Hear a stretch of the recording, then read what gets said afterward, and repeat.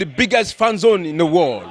Chelsea versus Manchester United. They're about to start their match. And it has been a lot of talking between the fans. Manchester fans and Chelsea fans. Let's go hear what the fans have to say. This is Premier Sports Fan Center.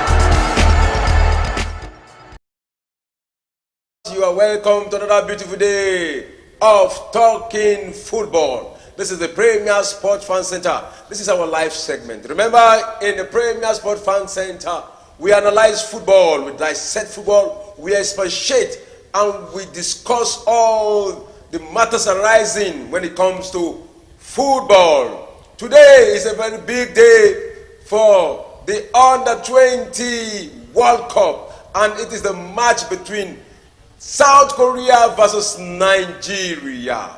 Will Nigeria do African proud? Will Nigeria do Nigerians proud? That is what we'll be discussing today.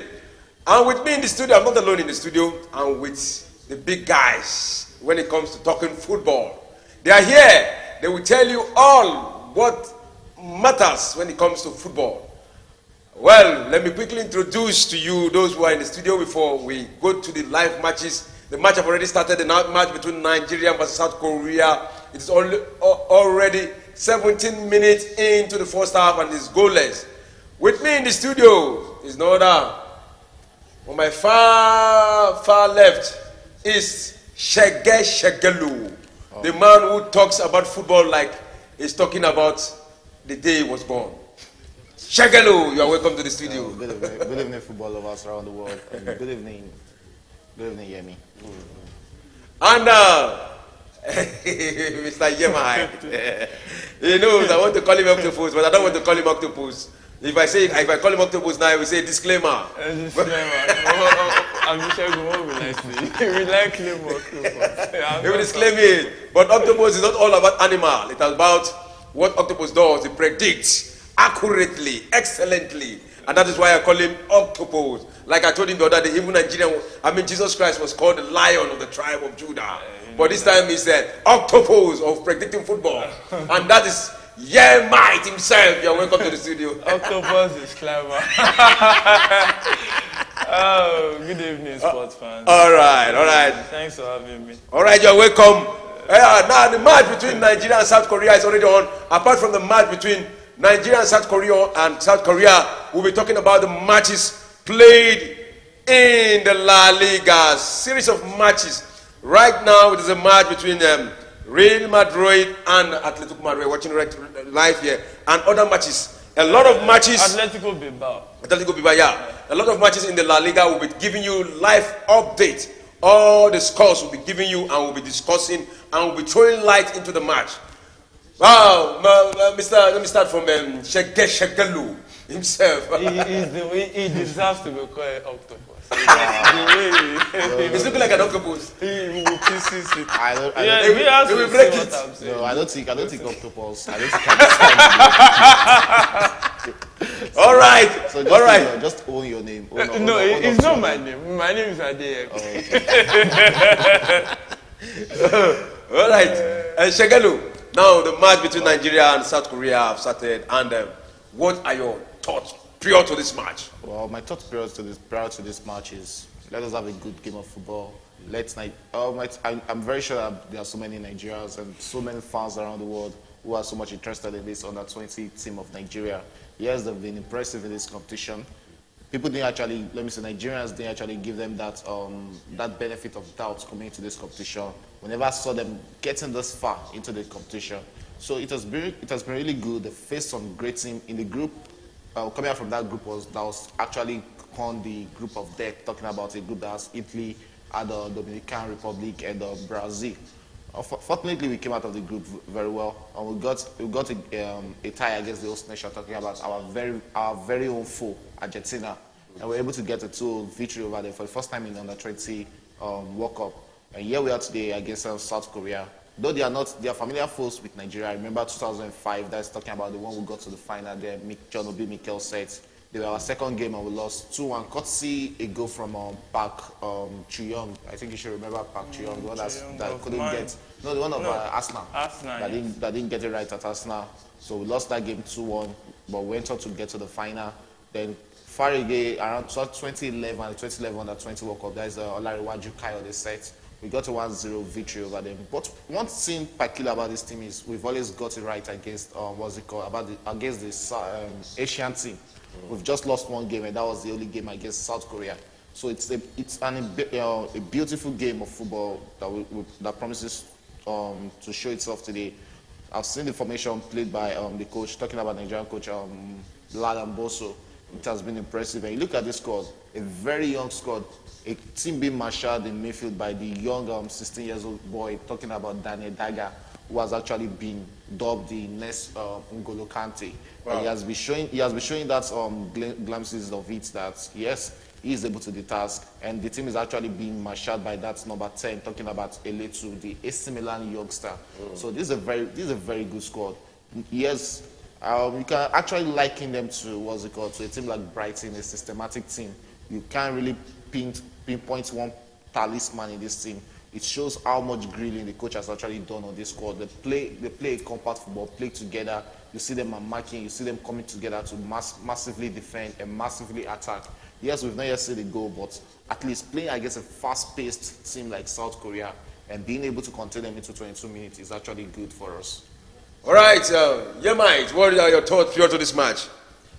Yeah, from the Waffle B that they qualified through to the Nations Cup, there were shouts that the team mainly is filled with players, just bring in players, not really like they grew from under 17 to under 20. So there were a lot of questions, even on the coach, Ladan Boso, that led him to dedicate the victory against Italy to all his critics. So when you now look at that kind of foundation coming into a tournament, you can say that, like I was telling Shegun the game against Italy, that it is an upset. It was an upset because people expected Italy to take the game. And Nigeria took it. So with all those factors, you look at it, Nigeria has been an underdog in this competition. When this fixture against South Korea, you can't really say Nigeria is an underdog. Nigeria. What a beautiful chance for Nigeria. You can see that play. 20-50 minutes. So when we now look at it, Nigeria is a tournament team. So when you consider the fact that Nigeria, at all levels, Nigeria is a tournament team. So they have that capacity to grow into tournament. Only will you find the Nigerian team that won the competition, win the first game, second game, third game, and won. Many of the time, they either draw the first game, struggle to win the second game, or lose the first game, win the second game, win the third game. Then when they now get to the second round, the knockout stage, they start growing into the tournament. 2013 is an example. Holland, 2005, they got to the final under 20. Mikel and Taiwan is an example. So they grow into the tournament. So when you look at this guy, you will notice that they are growing into the tournament. And when you go into the tournament, you can only be your own enemy that can stop you, because you can be unpredictable. A beautiful chance for Nigeria! That's the corner kick for Nigeria. What a beautiful move. Yeah. Because you don't know the kind of Nigeria that will show. Let's just hope that this Nigeria is not the one that showed up like under 17, that lifted our hopes up and dashed it. Let's just hope and see. All right, we hope that this Nigerian team is not the team that will raise our hope and dash it. But right now in the Estadio, He called it the Estadio Estero in Argentina. A capacity of 30,000, but we are not having 30,000 fans there. I don't know what is happening. Is it because Nigeria defeated Argentina and they all lost hope? Right now, if you look at the stadium, you are not getting up to 30,000, up to 5,000 fans in the studio. What is happening? It's normal. It's normal because the host nation is out. And don't forget, Argentina is actually a makeshift host for this competition. It was supposed to be hosted by Indonesia, but they had the issue with Israel under 20 coming to the competition. So FIFA had to just take the competition away from Indonesia. It was just like, I think about 2 to 3 weeks before the competition. That was when they had to bring it to Argentina. And I'm so grateful that FIFA had to take that what's it called? That decision bring it to Argentina, because we saw how good the Israel under 20 team are at this competition. So just imagine FIFA had looked at the issue between Indonesia and Israel, and I said, okay, Israel shouldn't come to the competition. But here we have Israel now in the semi-final. They've been the big boys players. You just reminded me of Italy's Israel match against Italy. Brazil yesterday. Against Brazil, ended 3-2 in favor of Israel. It was one of the shocker. Apart from the Nigeria-Argentina match, Israel-Italy is one of the shocker. Yeah, that's another shocker. They've actually been somehow impressive in this competition. They've been the big boys player. We've seen them score a lot of late goals in this competition. They got a late goal to beat Uzbekistan. Yeah, Uzbekistan in their last game. We saw them against Japan in the group stage. They had to leave it late to get that 2-1 victory.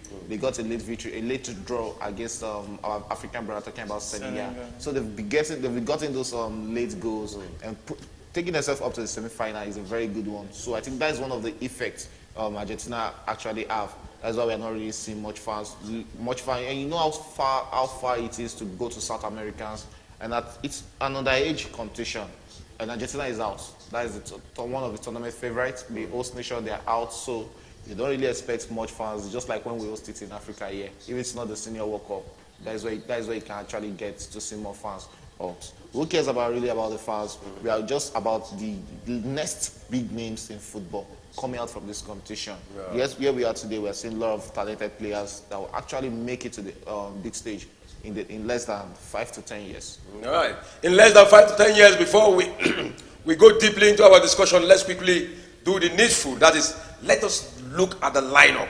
One, the tactical formation, and let us know the players. A lot of Nigerians don't know the players that are representing them in the under 20 World Cup, because nobody has actually shown his name. If you look at it, most of the Nigerians, they've only scored one goal, like people like Mohammed, Seriki, Eletu, and the rest of them. They score one goal. But if you look at other teams, where you see the highest goal scorer in this tournament so far, 6 goals, and the Brazilian who also have 5 goals. You have 2 people who have 4 goals. You have 3 goals. But here you see Nigeria in the quarterfinal with player. Oh, what a chance for Nigeria! And that is what you have to like about Eletu. Yeah. He's a player that is never scared of taking that shot from outside. This guy has a big career ahead of him. Well, you see, no Nigerian have scored 2 goals in this tournament. Yeah, that's right. Those days by now you'll be seeing the Awoni, you already having 3 goals, 4 goals. You'll be seeing Iheanacho already having 6 goals.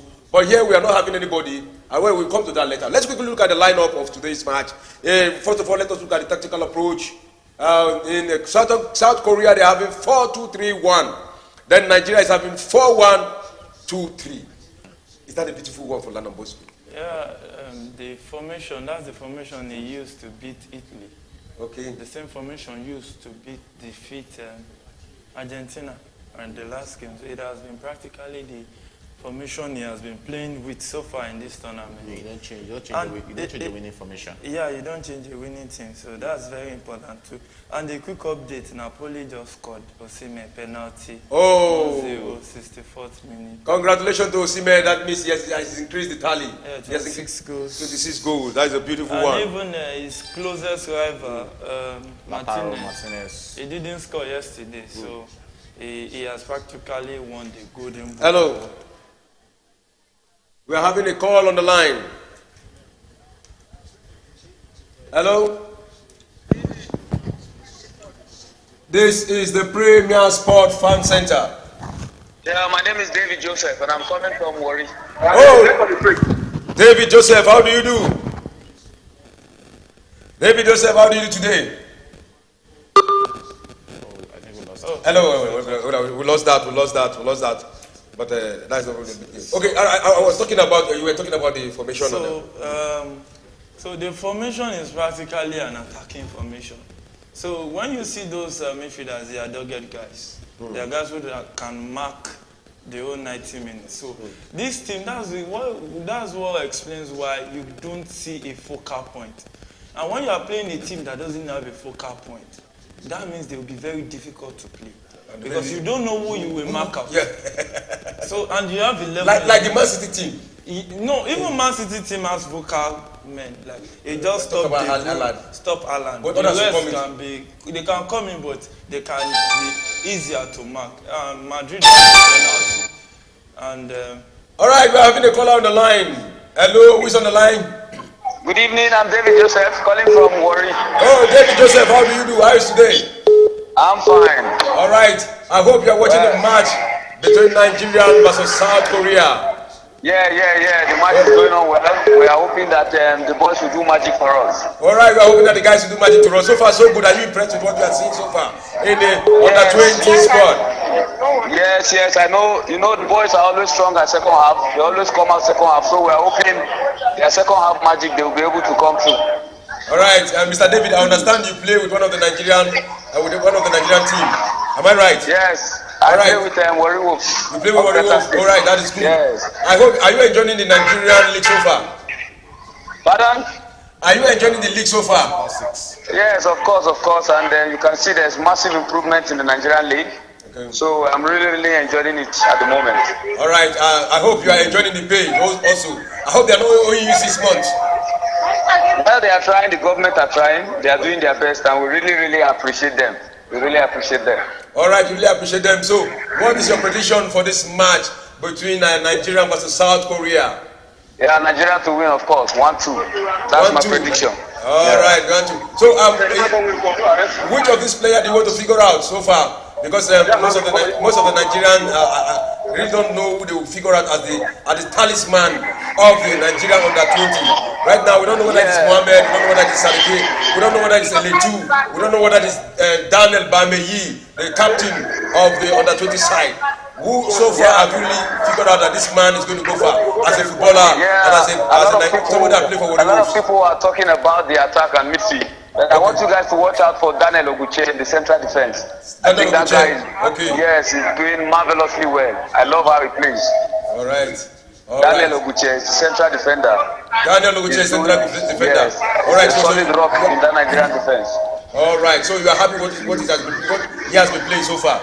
Yes. Daniel Oguche is doing very well, and I want you to watch it closely. Watch him closely. You will see how good he is. All right, Mr. David Joseph. Thank you very much for calling. All right, you can also tell your friends, as a footballer, tell your friends to call into Premier Sport and always watch Premier Sport, to subscribe to Premier Sport, and always send message in our YouTube chat platform so that we can discuss. At the end of the day, we look at the messages and we can discuss with them. No problem. You guys are really doing well. I appreciate your efforts. You are doing well and giving us the needed information. All right, thank you very much, Mr. David. All right, enjoy the rest of the day. Thank you very much. All right, bye. All right, then that is Mr. David. He plays. Another call. We are having another call. Hello, who's on the line? Hello. All right, this is Premier Sport Fan Center, and this is our live segment. Who's on the line, please? Yeah, this is Easy from Makute. Good evening. All right, the Easy from Makute. How do you do today? How is your day today, Mr. Easy? All right, we lost that. This is Nigerian match, and a lot of Nigerians want to be part of the show. And you can see the rush in calling. And I'm very sure we're going to have a lot of call today. So, Mr. Shegelu and Yamai, I know you'll be ready to give them the right answer, because sometimes I used to go off. But I trust you guys. You are this year. All right. You were talking about the tactical formation of this. It's practically mass attack, mass defense. Everybody is marking. Everybody is being their brother's keeper. Yeah. So when you watch them closely, you can't say this is the danger man. It is the final person that gets to the final ball that scores the goal. That's why the goals has been spread among the guys up front. So when you play a team like this, it's very difficult to tame them. Really difficult to tame them. Well, with time, we'll see if they will come up strong today and make us proud, or maybe it will be another book of lamentation. With time, we'll know. All right, that is very good. Let's quickly the starting lineup. Let's quickly look at the starting lineup. And Real Madrid just equalized. A goal for Real Madrid. And it was substituted. You were talking about Benzema. But before we get to that, let's quickly look at the lineup. But you know this South Korean's name are very difficult to pronounce. You know, but I will try. You know, this South Korean. Let's quickly look at the starting lineup. We have Kim Jong-hong, and we have Park Jang-woong. We have Sak Yong-choi, Kim Ji-soo, Bae Sang-jung, Lai Chang-woong, Kang Sang-yong, Kim Yong-hang, Lee Sang-woong, Kang Swang-jin, then Lee Yong-joy. Well, did you know any of them? Yeah, you know, there are guys just coming up. With time, we start to know them. That's why we have under 20 is to announce yourself. That's our age. I think one of the South Korean players have actually scored 2 goals in this very particular encounter. Yeah, I'll get you the names in this tournament. In this tournament, in this tournament, I'll get you the names. It's good for them. It's really good for them. And getting into the quarterfinal is no mean feat. 24 teams started this tournament, and you are in the last 8. It's no mean feat. You just brace up, work hard, and maybe you can get 1 step ahead. But if they go out at this point of the tournament, it's not bad. It's not bad. All right. Now let's quickly look at the Nigerian starting lineup. We are having Anyagboso, that is the goalkeeper. We have Daniel Bameyi, the captain of the Flying Eagles. We have Ogoche, that is the man, the Warri Wolfman just talked about. And then we have Frederick. We have Agbalaka Daga. Then we have Namdi Eletu, the one you talked about. We have Muhammad, one of the scorer. We have Salam Fago and Jude. I'm not seeing Serki in this lineup. Probably he's going to come up in the second half. Maybe. So how do you see the lineup? That thing is a regular lineup. It's a regular. And like Shogun said, you don't change a winning team. Yeah. Just put them on the field. When you see any weak link, you substitute. Since it's working for you, you stick with it. Yeah, you know, it's Rafael Benitez. That'll be you know, he tweaks things a lot. So. But it's best to have your starting 11, stick with it if it's working, then tweak things a little. All right, then tweak things a little. When it comes to the Under-20 World Cup, there is no team, no country that has won the Under-20 World Cup like Argentina. Yeah. Argentina has won a record of 6 times. Out of its 23 times, they featured 17 times. Argentina have featured 17 times and they've won it 6 times. You know, I think it's a very good record. In fact, they're having the highest record when it comes to Under-17. Yeah, you have to have the highest record. And you look at the number of talent that came through the Under-20 rank for the Argentina national team. They remember the likes of Lionel Messi, who introduced himself to the world stage at the 2005 Under-20 World Cup. Then you look at a player like Sergio Aguero, who introduced himself at 2007 Under-20 World Cup. So this is it. That is it about Argentina. They have that ability to build young players through the Under-20 rank. So that's why we've actually been seeing them very good at the Under-20 World Cup. Yeah, and when you look at the Senior World Cup, then you talk about teams like Brazil, which is actually absent when it comes to the Under-20. I think the Brazil are still looking for their first Under-20 World Cup till date. They are yet to win. Under-20? Yes. Brazil have won the World Cup, Under-20 World Cup 5 times. Their next Under-20 World Cup? Yes, Under-20 World Cup. That's after Argentina, Argentina have 5, Brazil have 2. Then Brazil have 5. Then Portugal have 2. Others are 1-1-1. France. France have 1. Nigeria lost final twice. Yes, Nigeria has lost final twice. Yes. 2005 and 1987 or so. Yeah. You know, so in Africa, it's only Ghana that has won Ghana won 2009. That's the DDIU set. Yeah. And that was an impressive set. And that is one thing you have to look about the Under-20 and you moving to the senior team. The Under-20 team of that set of that year for Ghana actually made up the bulk of their senior team right now. And you can see Dede Ayew is 33. Though after that competition, they've not really had that much things to celebrate about for the Ghana national team. But away from that, let's move back to Nigeria national team. Yeah, two questions. There was a question I wanted to reply to about talking about the players who are really unknown. Yes, I'm one of those fans that actually faulted we going to under 20 with academic players, because I believe when we're going to under 20, it has to be a semi-professional level of competition. Yes, under 17 is allowed for academic player. But when you're coming to that 20, then you should be able to have semi-professional players. I'm talking about players who are already playing in the Nigerian Professional League. We have players who are actually playing on the 20 level, who are actually playing for clubs outside Nigeria. Because one of the major problems we have in this squad is the striker. We don't really have a very good striker, and that is one of the reasons why we've not really seen the focal man scoring much goals in this competition. That's why the goals have been spread around. We've seen the wingers scoring, we've seen the midfielders scoring. And I just pray we can push on like this, probably till the final, because this is exactly what Ghana also did in 2009. Just getting 1 goal, 2 goals year and year, and till they get to the final to win the competition. Yeah, we get to the final of the competition. We are already having another call. Hello? Hello, can you hear me? Hello, this is the Premier Sport Fan Center. Can you hear me? All right, we lost that. All right, I can hear you. So, yeah, he just spoke about what Ghana did to get to the final 2009, and looking like it mostly. What you just need to do is just keep it cool at the back. Yeah. Try to get a goal, then defend it. Because when you defend goals, then it seems we have a call. All right, we're having a call line. Hello?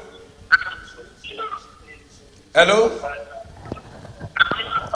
All right, this is the Premier Sport Fan Center. Can you hear me? Lost him. This is the Premier Sport. Oh, we lost that one. It's awesome. What's wrong with the network? The network is too bad. A lot of people want to participate. This is the Nigerian match. A lot of people want to talk their mind, say their mind. You know? So, So when you now look at it, the best form of attack is defense. So when you defend well, you can win with a goal. When you don't concede, you don't lose in regular time. So the best thing that I think has been helping this squad is they've kept it cool at the back. They've only conceded 3 goals so far in this tournament, and that is not bad. So when you can defend well, don't concede, just look for a solitary goal, just 1 goal, and just win the game.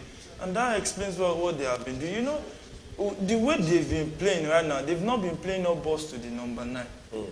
They've just been playing around, looking for space to run the opponent down.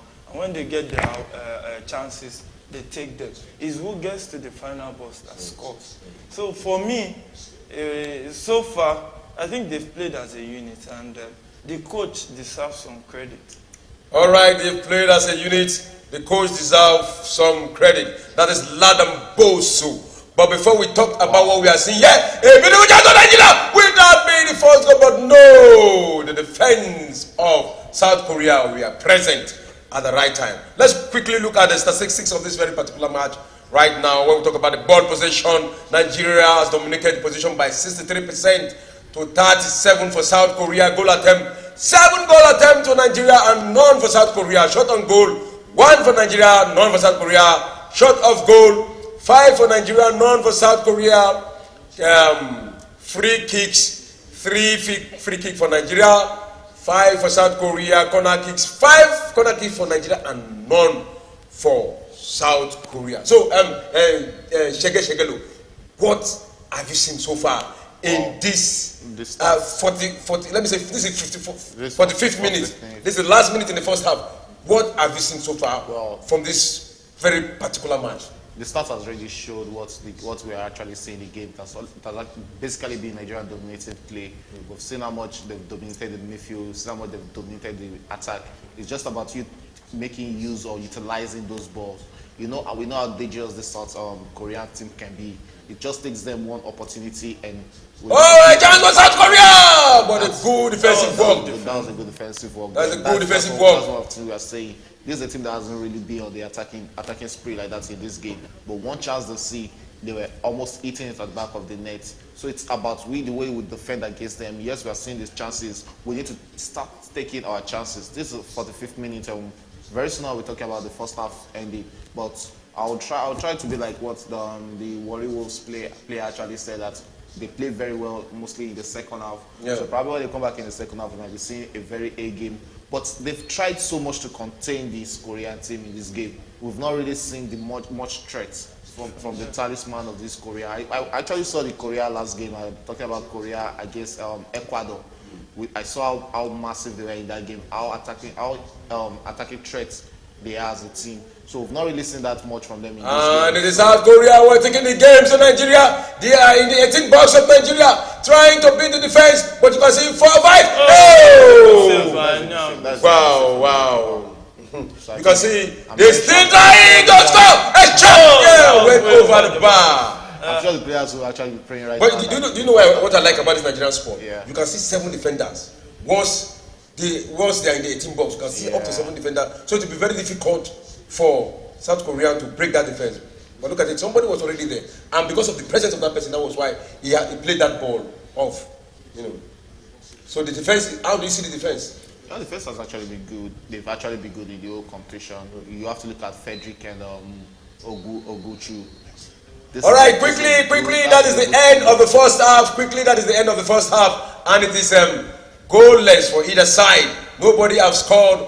We can see the pressure. We can see Nigerian dominated possession, and we can see the fighting spirit of the Nigerian side, and we can also see the fighting spirit of the South Koreans. They actually want to break the Nigerian defense, but both teams are very careful and they are being tactical in this very particular match. Yeah, one thing you noticed is that we have to give credit when we see, because we criticize a lot too, so we need to balance the equation.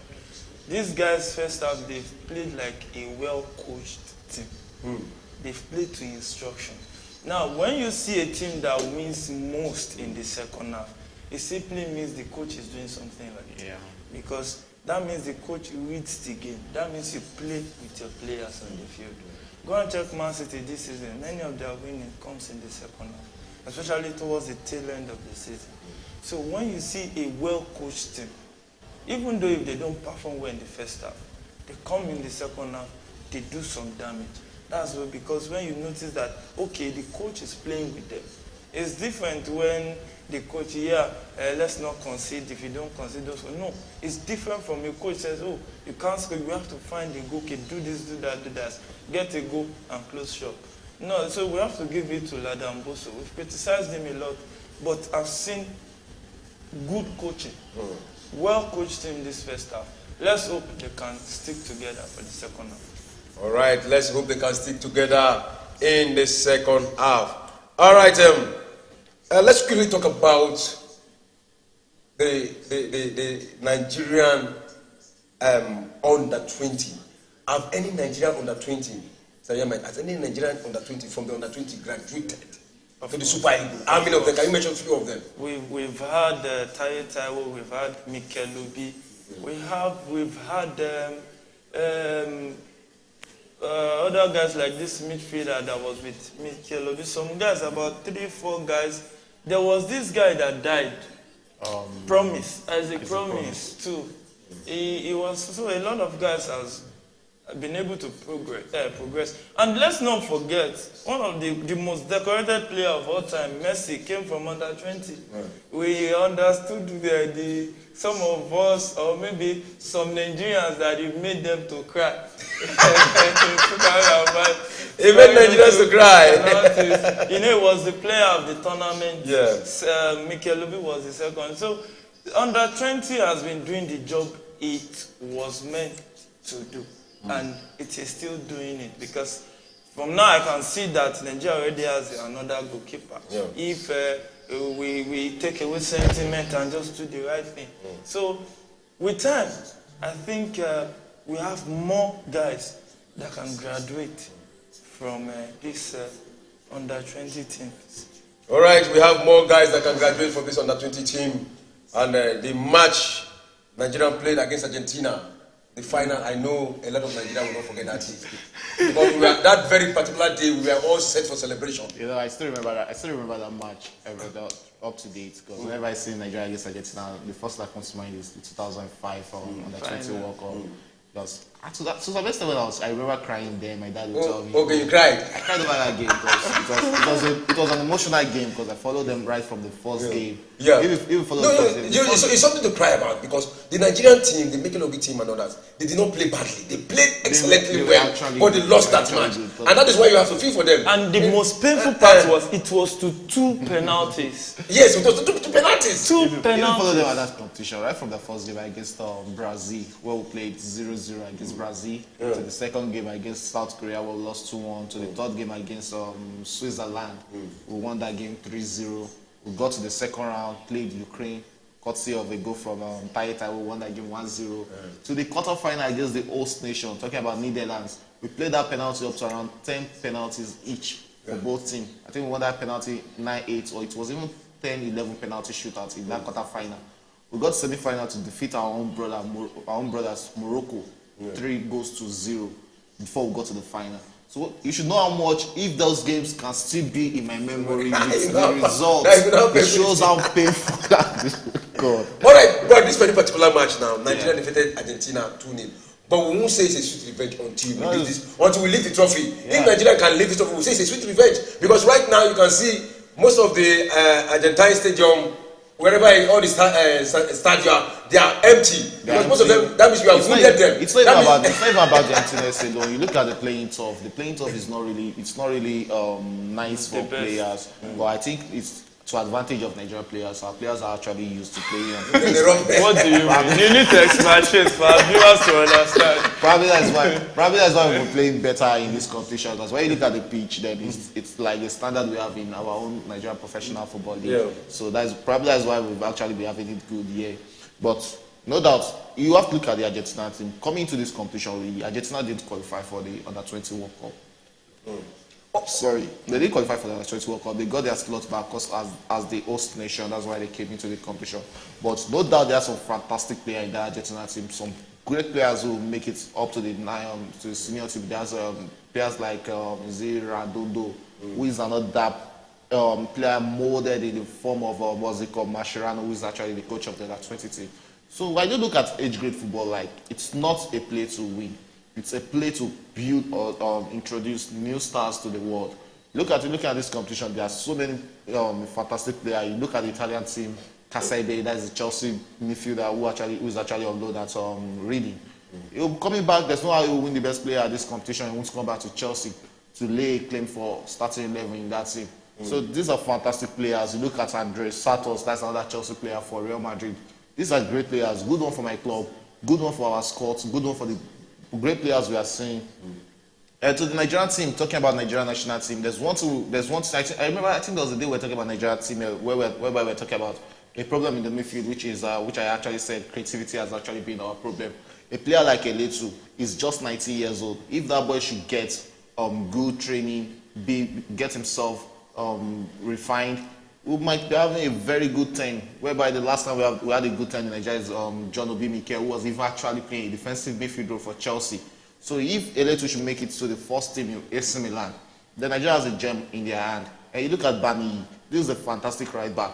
You look at Ogushu, a fantastic central back. So this squad is actually looking like one of the very best under 20 squad that will provide more players for the Super Eagles of Nigeria. If you look at the Mikel set, we hardly have 4 or 5 of them making it to the Super Eagles. But if you look at the 2007 set, that's what's it called, Ladaboso took to Canada, they had more players playing for the Super Eagles. So it's about how well we manage these players, how well their career actually move forward. That is what actually matters most. So I'm trying so much to actually focus on these boys and see how well they manage their career for the next 2 years, which will actually be the base point of their career. It's the make or mark for them. Which teams are they going to join? Where are they going to play next season? How hungry will they be to actually succeed? Is what really matters. But I see a lot of these players making it to the Super Eagles. Right. You see most of these players making it to the Super Eagles. Let's quickly talk about their participation in under 20. The South Korean have played 11 times in the under 20 World Cup, while Nigeria have played 12 times in the under 20 World Cup. The best South Korean have gone. They got to the final in 2019. Yeah, the best they've gone is 2019 against Ukraine. Ukraine. And they were defeated by Ukraine. Ukraine. The best Nigeria have gone is 2005 final. and 2019. What do you call it?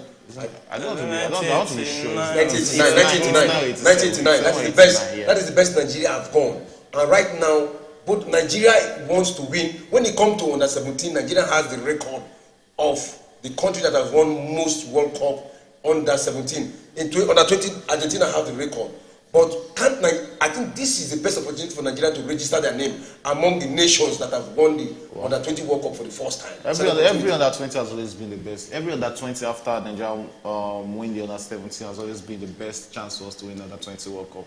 Because you look at the squad which won the under 17, you expect that a bulk of that team is going to make it to the under 20. But it hasn't really been like that. Yes, some players will make it, some players won't make it. That is one of the shortcomings. Then you have some of the players who succeeded in under 17. They feel too big to play in under 20. They want to play in the Super Eagles straightforward.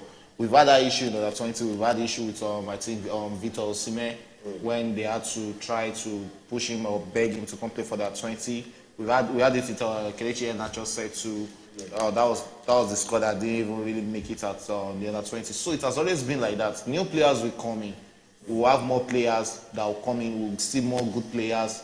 Don't forget that 20 also produced Wilfried Ndidi. He wasn't even a defensive midfielder at under 20. He was a central back for Nigeria at under 20 World Cup. So a lot of players will actually make it. Yes, this squad, you might be looking at the teams remaining in the competition and you tell yourself, yes, we actually stand a good chance of winning it. Because if we should beat South Korea today, we'll be facing Italy, who will surely be coming for a revenge mission.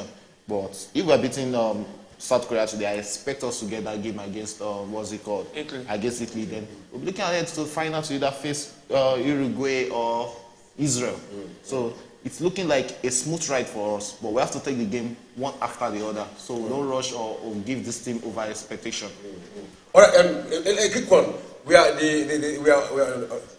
on break right now. Any moment from now, the second half will commence. But let's quickly talk about this, Mr. Shege. I don't want to ask you this question. What has affected the growth of the Nigerian football from the side of the government to the side of NFF to what we are seeing now? What has really affected? Because I know there's an issue. I think you should throw more light on that. Yes, I just sighed over that because when you talk about Nigeria football, well, it's a problem. I do think about it that it's a circular problem, right from the government down to we the fans. And when I'm talking about circular, we have the government, you have what's it called, the NFF, you have the players, you have the club side in Nigeria itself, and you have then you have the press also, then you have the fans. Yeah. I can see a mistake you want to wherever you want to go. It's a lot of problem. Now, let us start with the government. The problem actually starts with government, yes, but governments are not sharing the bigger part of the problem. Why is government having a part of the problem? One, governments are supposed to give or make available amenities and utilities whereby those players or let me say sport lovers or sport players can actually showcase their talent.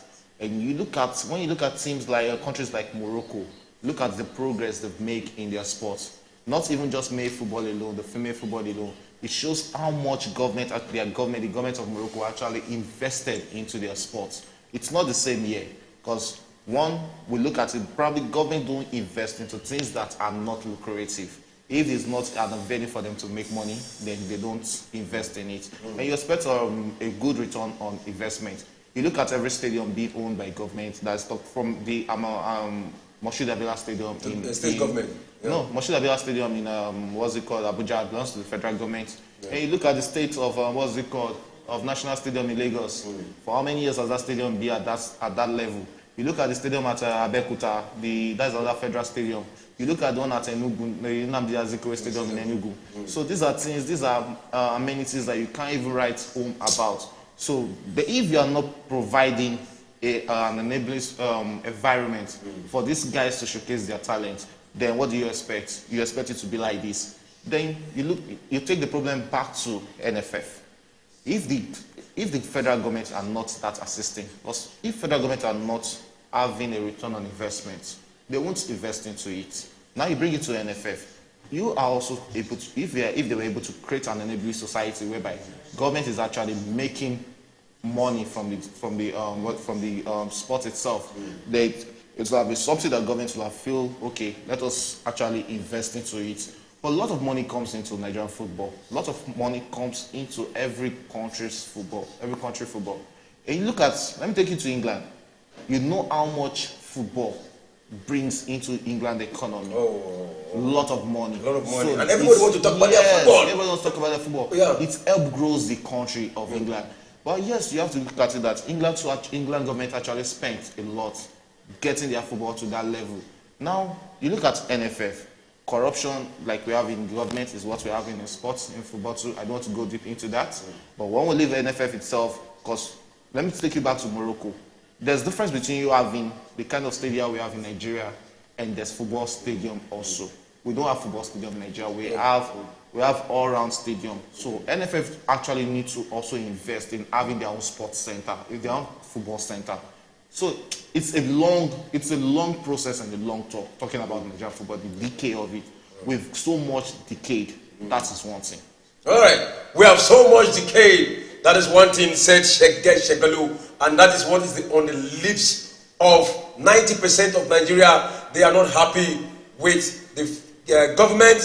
They are not happy with the NFF. They are not happy with what we are seeing, because we know we have the talent. We know we have the talent in bulk. But before the second half is about to commence, Yemite, I just want you to quickly, quickly, but before we commence, let's just go on a short break. On a short break, just some second break, and we'll be back in a moment. Don't go away. This is Premier Sport Fan Center, and we'll be back in a moment. The second half is about to start. And remember, this is the half Nigerian show. You had it from the Warrior player. I say, just watch out for the second half. And the second half will commence any moment from now, and we'll be back in a moment.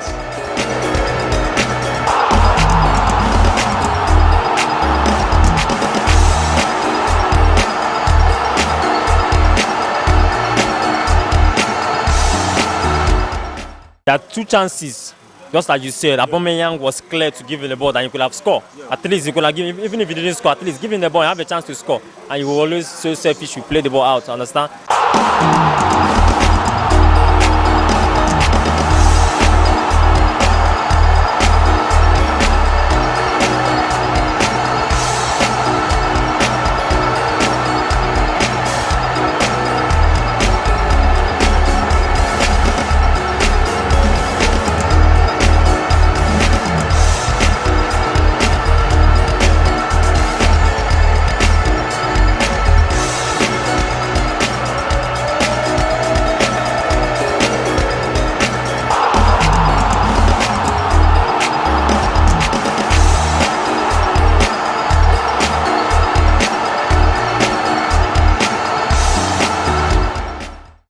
Being a Chelsea fan, I was just kind of optimistic that we'll win because we've had a very bad form this season. Clash of the Titans between the two London rivals, Chelsea versus Arsenal.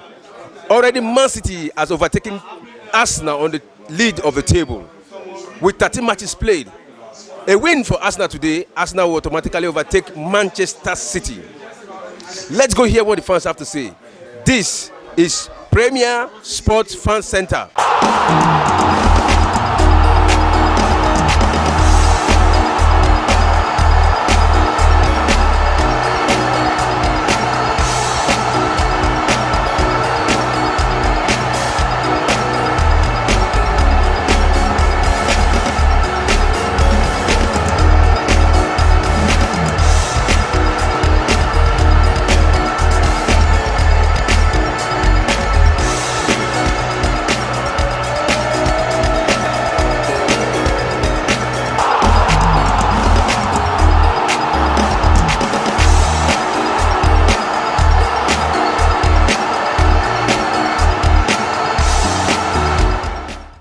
Yeah. Okay, Chelsea is coming back, whether they like it or not. Once I just go to my this account to say Chelsea has so many substitutes, bench win matches. Not talking about your starting 11. Now we have 2 starting 11. Anybody can play now. It's not about 2. Welcome back from the short break, and the match, the second half has commenced, and you can see Nigeria in control of the ball from the midfield, from the defense. You can see them working together as a team, and any moment from now we are hoping a penalty. I mean, extra time. Do you see this match going for extra time? Yeah, it looks like a game that will be going straight into extra time, because if the goals are not coming, then probably we should be prepare ourselves for extra time. But I don't really think there will be an extra time in this game. It's a game that will be very close, probably a 1-0 scoreline in this game. All right, quickly, Shagalo just talked about Nigeria. The problem of Nigeria. Yamait, can you quickly tell us how government should work with the NFF to give us this result all Nigerians have been yearning for? Yeah, you know, first it has to start with the intent. Okay. The reason why you became the president of the NFF. Because if your objective is wrong, that means you are going to pursue the wrong thing. Because it is your personal objective that starts everything. Now, what am I saying? Let's start with the government. You see, fix Nigeria and all other sector will be fixed. What am I saying? If you fix the head, the whole other part of the body will start working. Now, when you fix the government, then other parastatals that NFF fall under in the country will start working. Now, let's break it down a little bit further. You talk about government creating an enabling environment. Now, the word enabling environment is an environment whereby you can want to do something and get it done. Now, you can't really play football at night. Oh, a chance for Nigeria! We're not making! Oh! What a goalkeeper! That is Daniel Bamayidi. It was the an captain. Easy one. No, that was a good hit. It was a good hit, but easy one to say. Yeah. So you have to go back. Like in Nigeria nowadays, most times you can't play at night because electricity is not the way it should be. It's better now, but it's not yet there. Now, where are the football stadia, mini stadiums, closer to the people? Now, you give birth to a 10-year-old. Where will he discover that he can play football? Apart from playing in the middle of the road. Where are those facilities whereby you can go to and test your strength? Now, when you are given birth to and you start growing, nobody will tell you can play football. Nobody will tell you I can run. Nobody will tell you I can swim. But when you see the facilities on ground, then you go and try, test your strength, see what you can do. Enabling environment. Now, when the government creates an enabling environment, now we can discover talent easily, in a far more easier way. Then, after creating an enabling environment, the next thing is to fix the executives, the people that run the football. Now, when you vote in people that have plan, direction, a template they want to run by for Nigerian football, not personal ambition. You know, you have age-grade tournament. You know, I used to remember those days when Principal Cup was Principal Cup. From Principal Cup, we've seen guys that have gone on from Principal Cup. Where are those cups? Private Principal Cups should come up, you know, tournaments from primary school to secondary school to tertiary institutions, whereby from there you begin to discover talent. Talent abound in this country. It's just that the means of harvesting it. We have a lot of talent walking this street frustrated. Why? Because there are no mechanisms that is strong enough to discover raw talent. And when the government now creates an enabling environment, if the government is sincere, then you can have a very good... One of the things that is affecting Nigeria, NFF, is when the election is done the right way. you will have the right leaders. I'm not saying the leaders that are there now are wrong, but a lot of things exchange hand in elections in Nigeria. Disclaimer though, but I will still say that a lot of things happen behind the scene. Now, when you spend a lot to get elected, it's only normal for you to want to get your money back. Of course. So, and when you consider all these factors, you have to look at it that, hey, it is very important that we get it right from election, sincerity among the voters, incorruptible voters, that we actually look at the interest of Nigeria and vote in the right person. Because see, let me tell you the realistic thing of it. You can mean well for Nigeria and not get one vote. We know that. I can see Shegun smiling. Because I want to ask you a question. When you talk about voters, let's start from there. Who are the voters?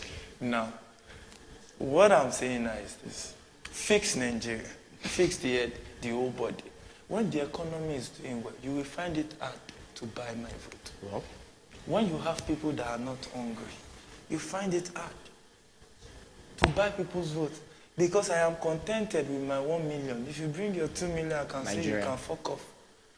I can say it. Yeah. And where there are true monitoring mechanism, every money you have to be able to account for it. So there are a lot of ways it has to still go back to the government.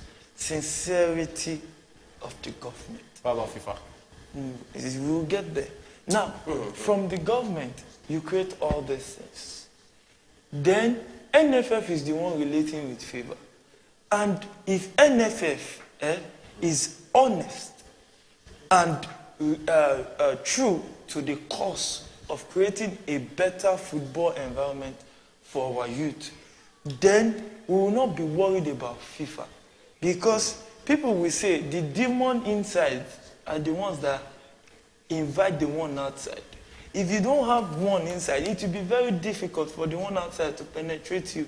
Yeah, so when we have a sincere NFF, before you know it, you will see that our football will be flying high. You know, there was a story then that I would disclaim it, though, that if you don't have somebody at the high place, no matter your talent, you might not be heard. Oh, we're still having it. It's still happening. So it's not new. It's still happening. It's still happening. Now, what about the best of the best talent? It's not by connection. It's by God-given gift. So when you have the best of the best talent, are not honest because they don't know somebody that knows somebody. So you see that it is. If we start talking about it, we will forget Nigeria-South Korea match. But it's really deep. It's a conversation that you can see Shegun has a lot to say. Say but yeah. But I think to some extent we have been able to do justice to it. He has been able to tell us some of the problem, and you have been able to tell us some of the solution. You know, so I think that would be another topic. It would be a very beautiful topic for another day. Yeah. Let's probably will dedicate like 1 hour. 1 hour. Yeah. So for today, the match between Nigeria versus South Korea, a lot of expectation, and it is the 57th minute, no goal for either side, and you can see Ladan Boso trying to make some substitution. Probably this is the right time for him to come with his tactical approach. I think I'm probably looking at it like this is the time the African fiscality will actually be working for us now. We can even see it on the South Korean face that these guys are really tired. They're getting tired already. Probably 1 or 2. It's just about we just creating that clear chance for us to score. This game is just looking exactly like the way Manchester United played yesterday. You just dribbling around without having that clear-cut chance to score. That is one of the problems this team is actually having. They need to just face it up there. It's a game of just 1 goal. Probably it's Nigeria conceding that goal or Nigeria scoring that goal, but I just see it ending in a 1-0 scenario.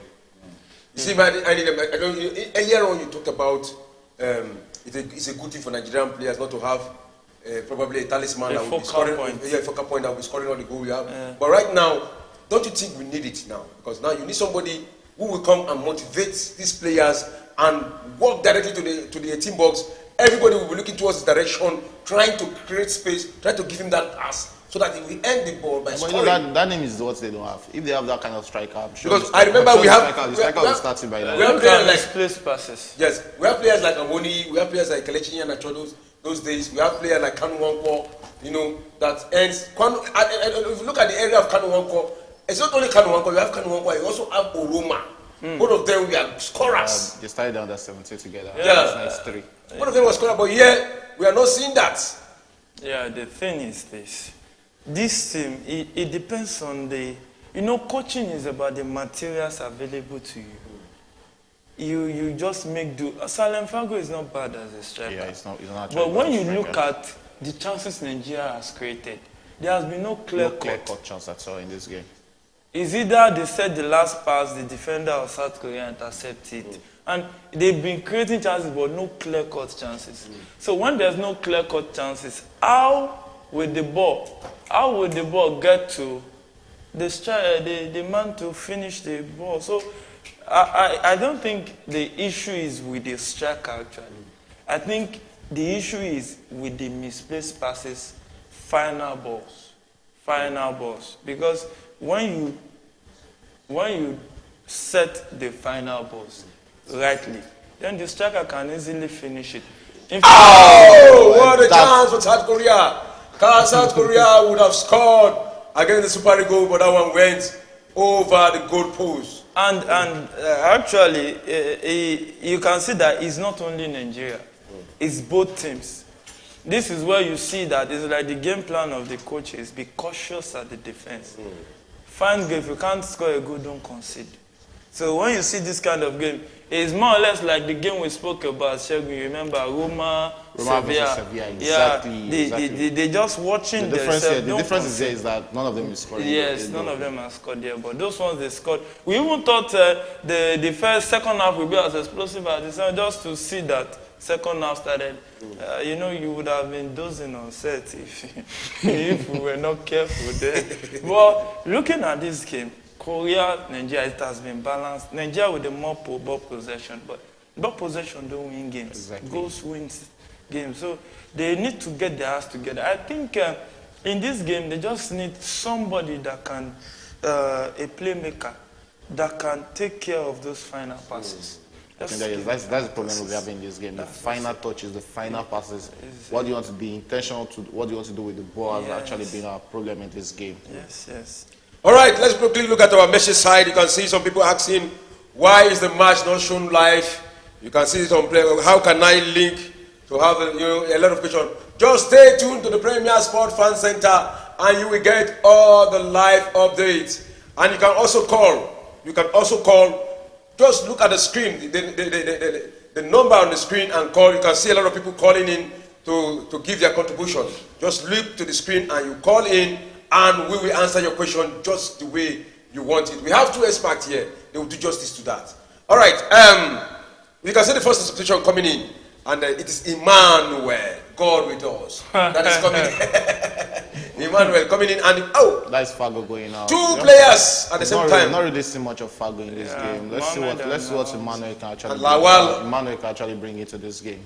Emmanuel and Ibrahim coming in. Emmanuel and Ibrahim. Wow. Emmanuel and Ibrahim, Abraham, and my father of all nations, and God with us coming in for Nigeria right now. So we are expecting a miracle any moment from now. I think they actually need the goal. They actually need that goal because we are getting very close to this. This is the 61st minute, and around this time, one goal and anything might actually close the office. So it's just about the goal. That is what we actually need right now. We've done a lot of playing. Just get the ball at the back of the net. All right, just get the ball at the back of the net. But when it comes to penalty, when this match ends penalty, you think Nigeria can take South Korea? What's our advantage? Well, that's if. That's if. But here we talk about everything. We talk about the possibility and we've not really seen the goalkeeper when it comes to penalty shootout. We've only considered one penalty. But I was reading one of the social media. I saw people already saying that clubs are already vying for the Nigerian goalkeeper. Yeah, he already signed for a club in Ukraine. It's not even club already vying for him. He already signed for a club in Ukraine.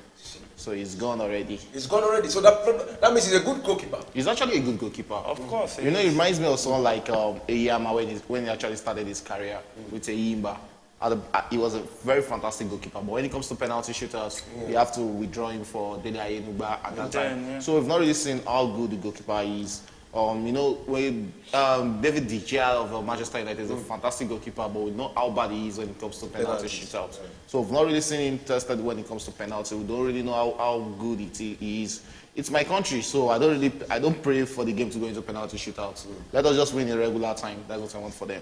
All right. Now, from the Nigerian squad, this very particular squad, what have you seen? Then now, I want you to just kind of analyze the play in the midfield, the wings, the defense. Because I'm not seeing any wing play here. I can just see a crowd in the midfield trying to create chance. What about the wings? You understand? What about the wings? And what about the final man who ends it? I just want you to tell me something about it. So that the Nigerian watching us, we know what is happening to this team. Yeah, the thing is the pattern of play. Nigeria, if you check the way they play more compact from the center of the middle. They hardly use the wings, except for the last passage they set to the wing. Hardly will you see them pace from the wings, from the defense. A counter for Nigeria. He has how many men to beat? You can see 4 men, and they've already covered and they passed. Oh no, that's. He should be playing with his man there, not going. Yeah, you know. A good move. A good move. He just got it on. A chance for Nigeria. Oh, what a miss! What a miss! And it is the South Korea who are countering that miss now. But a good defensive work there. Good defensive. Okay, you were talking about. And that was a good retrieval. Yeah, that was a good retrieval. Yes. And you know, they hardly play. They play more from the midfield, the center of the midfield. So maybe Ladamboso should begin to think of tweaking things a little. Because when you go through the middle, it's not working. Yeah. You tweak things. You should not be predictable. Yeah. One of the reasons Arsenal lost the title this season is they were very predictable. Yeah. They know it is like national anthem, 4-3-3 for Arteta. And if you can stop them from playing, you just stop 2 guys. Mainly Odegaard from distributing the ball. And stop Saka from the wings. Then you are almost halfway there. So they should not be fully predictable. You should have a way to diversify. Not every time you go through the middle might not be open. A beautiful chance. The ball. Cross the ball. Hey! Free header. What was this? Getting that on. Oh my goodness! What a miss! That was a free header. That was a free header for him. We should be getting that on target. Oh not my missing goodness! That. Wow. Oh, all right. We're talking about Nigeria. You see, it's in the 2 substitutions. It's impactful. The pressure now is on the South Koreans. You can see Nigeria trying to score. They are in the half of the South Korean side trying to score the goal. And it is still in the box of the South Koreans. And to be candid, Nigeria has been the better side in this game. They've actually been the better side. They've actually control possession. Yes, this is the 66 minute into the. But Mai should be, I think, is it 19? Yeah, it's 19 years. It should be 19 years. Wow, very young. Wow. A very good right back very for good right. Yum FC in Abuja. All right, before I talk about very young. Before I talk about the age of but let me quickly talk about something. I was talking about the age has been stated already. We are talking about the general age. I'll talk about it. I'll talk about this because a lot of people are saying that I'm talking about the MRI and other things. But I will talk about that later. Now, what I want to talk about is I talked about the defense, the midfield, and the wings. You know, most of the time Nigeria has good wingers at those areas when Nigeria have a very good team. When we talk about Finidi George, we talk about Emmanuel Amanike. Those were not really his fault. They're not really his fault. You understand? Those were the eras when we say Nigeria had a very good team. Yeah. But are you seeing any good winger here? I'm not seeing it. Okay. Look, I can't really blame these guys because you have to remember they are academy players, not real professional footballers. So I can't really. I'll give them those the benefit of doubt, and I won't really fault them with whatever kind of play they've actually played. Like we've been saying since the beginning of the game, this is a compact team. They actually play together. Yes, the strength of the team, you can see that it has actually been through the number 10, talking about Eletu. He has really been the strength of the team. Every good thing Nigeria has been doing has been going through him. So it's about bringing, is it Aliru or what's it called, the right winger in this game. That's another fantastic winger, but we've not really seen much of him in this game. But he's actually a fantastic player, no doubt. All right, from the messages here on our WhatsApp, a lot of people are asking what is the score line. The score line is still goalless. Nigeria 0, South Korea 0, and this is the 68th minute. No goal has been scored yet, but we can see Nigeria pressurizing South Korea. We can see all the areas of football are working perfectly in the side of Nigeria, but they don't have a last man to finish off the South Koreans. That's our problem in this competition. A quick reload of the start. Expected goals has been in favor of Nigeria, 0.51 and 0.19 for South Korea. Then both possession too. Nigeria have the fair share with 61%, with 39 to South Korea, and the goal attempt. Nigeria has 12, and South Korea has 3. Shot on goal. Shot on goal, 2 for South Korea, 6 for Nigeria. And in almost all the aspects, Nigeria has been the better side so far. Even the dangerous attack, Nigeria has 56 compared to 50 of South Korea. So it's been a game where Nigeria has dominated. It's just the final touch. In the final third. That's just it. Just imagine we are having somebody like Awoni there. We cannot imagine now. We can't imagine. If you start imagining, we will be imagining to the 18th century. If I imagine Awoni said they win the 21. All right. Apart from, let's just imagine. Let us come down to the field now. Right now, if you are Ladamboso, who will you convert? Because now you need to convert somebody who will be the finisher. Because what we need now is the finisher. Just like sometimes ago when Chelsea was speaking, somebody said Chelsea need a finisher. They brought in Aubameyang. Nothing happened. Havertz was not given all the necessary results. And if you continue with that, you will end up 12th in the league. You understand what I'm saying? So Nigeria needs somebody. We can really complain much that we are not creating the chance, or we are not creating that final chance. But you don't have to take anything away from the these Korean defenders.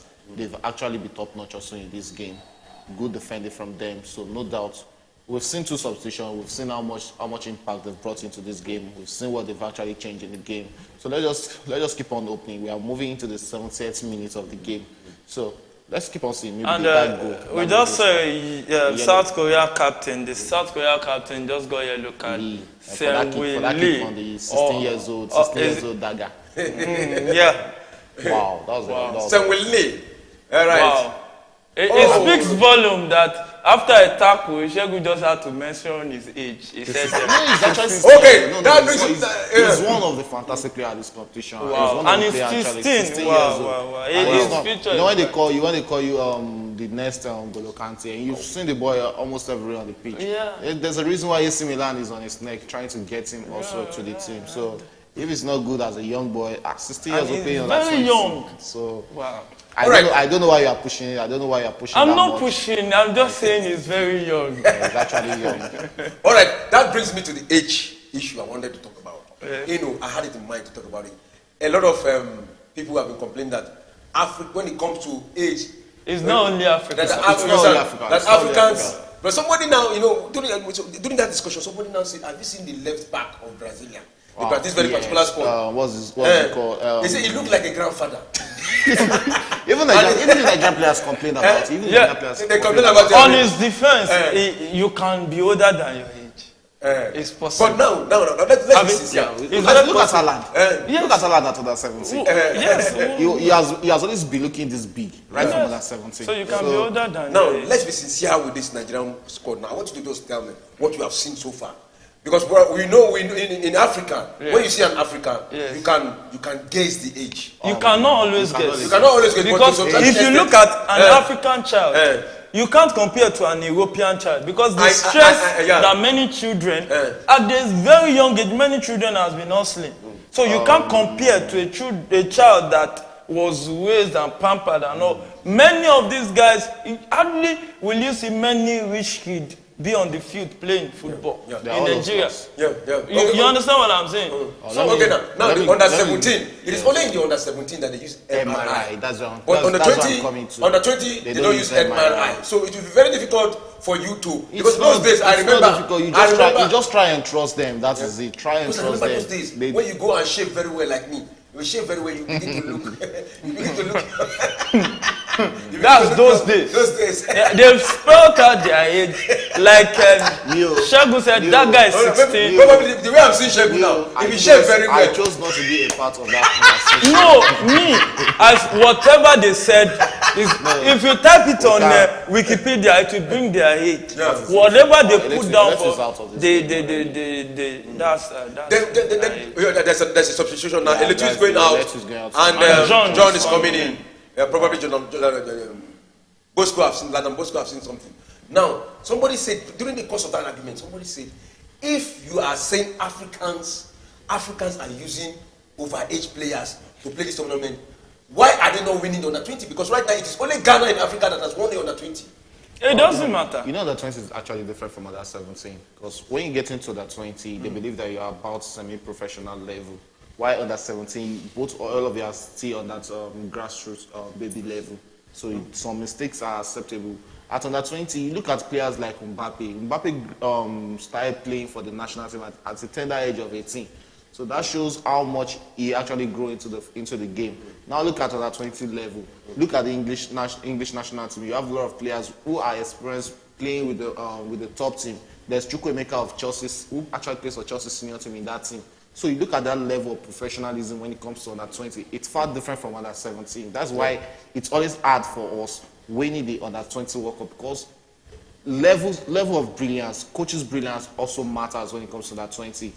They read the game better than, it's just like when you look at under 17, you are controlling kids, 16 years old, 15 years old kids. Then when you have maybe probably a team is coming with 20 and 21 years old players who are way older than these small boys that you are seeing, the levels are far different. So that's one of the problems we're having at the 20 level. We don't really have much of players who are actually experienced on the bigger side of football. All right, right here from our messages, I just want you to answer their question. You say, Mr. Ndango is saying, please, I need a live update. You can see Victor Elpong saying, please, I need a live update. All of them live. Can you quickly give them live update of this? Yeah, the update so far so good.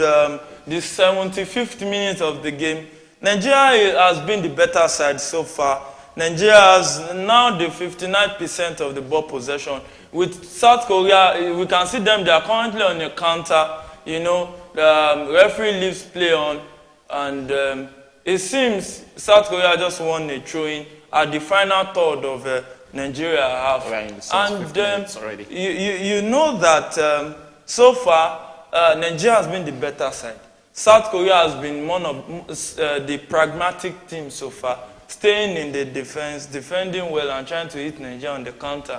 When you look at Nigeria, the problem of Nigeria so far has been the final pass. That final pass has been the problem. That final pass in the final third. That has been their issue, with misplaced passes everywhere, too many delay on the ball. And we can see that fatigue is beginning to set in. Guys are getting tired. Eletu, the AC Milan midfielder, has just been substituted. AC Milan, Inter Milan, AC Milan midfielder has just been substituted for John. And we hope the John will be like the John in the Bible, that he was so privileged to be revealed to the book of Revelation. Maybe we will see a revelation from John in this match. Maybe he will reveal some goals to us, even that eyes have not seen, that ears have not heard. Maybe I'm sure even Ladaboso will be scared at this time, because it's looking like what happened in 2007 against Chile. Whereby we played 0-0, I think 0-0-1-1 in the regular time, only for us to lose 4-1 in the extra time. So I'm sure even himself, we played that game, we're actually the better side, talking about it 2007 at full time. Only for us to just catapult in the extra time and lost 4-1 that day. So I'm sure even himself will actually be scared right now. He'll be needing that goal. He wants that goal that actually put him in the driving seat. And we in the studio, we're actually waiting for that goal. Wants to see that goal. We don't want this game going too far, like extra time at all. And so Nigeria has a shot on goal. Goal attempt now 13, 2 shots on goal. That is so bad. Having 2 shots on goal out of 13 shots out of 30 shots is actually bad for us. Really what the counter for South Korea! But that's a good defensive work. We have to be careful with this stuff. That is a good defensive work. I think Oguchi has been leading up to his billing. It's really been Oguchi. Has been fantastic in the center. On our screens, we can see Celtic Barcelona. The game is on already. We know Barcelona are the champions already. So it's like more of an inconsequential game for them. Yeah. So we can see a South Korea guy down. Maybe he's having issues, injured. The referees are attending to him, and maybe the medics too will come up to the field and attend to him. But so far, it's been an entertaining game. Not totally boring. But for an age grade competition where you have 16 years old like Daga, 18 years, 19 years players, they are just growing. So there's a limit to your expectation from them. Exactly. The expectation is high. There's a limit to expectation. There's a limit to expectation. But another thing again, that doesn't mean we don't win. Another thing you have to know, a lot of Nigerians were not watching this Under-20 World Cup before. But the moment Nigeria defeated Argentina, their hope came up alive. Of course. The hope came up alive. And if you see, Ike Sholomu talked about them and he said, okay, now they have defeated Argentina, they should go out ahead with that spirit. You understand what I'm saying? And if you see all players from Nigeria, they have been encouraging them. And now you can see what they are playing. They are not playing badly, it's just that they are slow. And they don't have that bite. Yes. And if you look at this game so far, I don't see it very good for Nigeria if it goes to extra time. Wow. Because you can see that South Korean players has managed their strength. Nigerian players are getting tired. Look at them. The intensity they started with is not the same intensity that you can see now. South Korea are now out. 80th minute, if they get one goal now, they know the game is over. All right, a message here from Rotimi Omosole. He said, you guys are demonstrating that Nigeria are using older players. No, we are not justifying. There is no way we justify. We are exposing Nigeria that they are using older players. No. Can you just quickly throw light on that? No, what we only said was that there has been talks generally all over the world, not only Africa. There is a reason why FIFA brought Madagascar for under 17. So there has been talks that overage players are being fielded for all these age-grade tournaments, and it's not only Nigeria, South American, Asians, and even Africans too cannot be exempted. So, we've never been caught once by FIFA. And it's all speculation. It's just a situation whereby people just talk about it. Is a rumor. So we just, like Shagun said it, I also said it, that their age, when you type it on Wikipedia, is there. So our viewers, maybe they are trying to think of what we are not saying. That was one of the reasons I said I don't want to touch on age, because it's actually delicate. Very delicate. That's why I said their age is on Wikipedia. So Mr. Rotimi Omosolu, as you are watching us, you can see the clarification given by... They are giving a very good clarification. That is their age. And they've stated it out there. Very plain. Because like I was saying, this very quarter of the Nigeria under 20, to me, as an individual, they are very young. I think they are young guys. They are very young compared to the under 20 we used to have those days. We can only talk about those days, but not now. With this very squad, you understand? You see, look at John, look at their faces. You know these guys are actually under 20. If you ask me, we can only hope that John can reveal some things to us in this match, so that we can actually go home with the victory. Because a lot of Nigerians are expecting. We are going through a lot of tough times in this nation. We need something to smile about. Because, many Nigerians now are beginning to dust their checkers. Because it's been a challenge. But it's a good decision in the right way. We can only learn to be patriotic. So we need something to smile about. And I hope Under 20 can give us a reason to smile today. Under 20 can give us a reason to smile today. Let's quickly talk about Ladan Boso, the manager, the coach of the under 20. Quickly, it was first of all, Ladan Bosco was in 2007 to 2009. He was the Nigeria under 20 coach. Yeah, the starting around 29. He went to Kano Pillars. From Kano Pillars, he went to Wiki Tourist. From Wiki Tourist, he went to Bayelsa United. From Bayelsa United, he went to Abia Warriors. From Abia Warriors, he went to El Kanami Warriors. And right now, back to the Nigeria under 20. Yeah, and what we are seeing here, you cannot tell me this is a bad coach. No, he's not a bad coach. He's actually not a bad coach. He's one of the pragmatic and most technically coach we have in Nigeria. But you know, Nigerians always talk. Everybody has this player or the other that they want in the under 20 squad.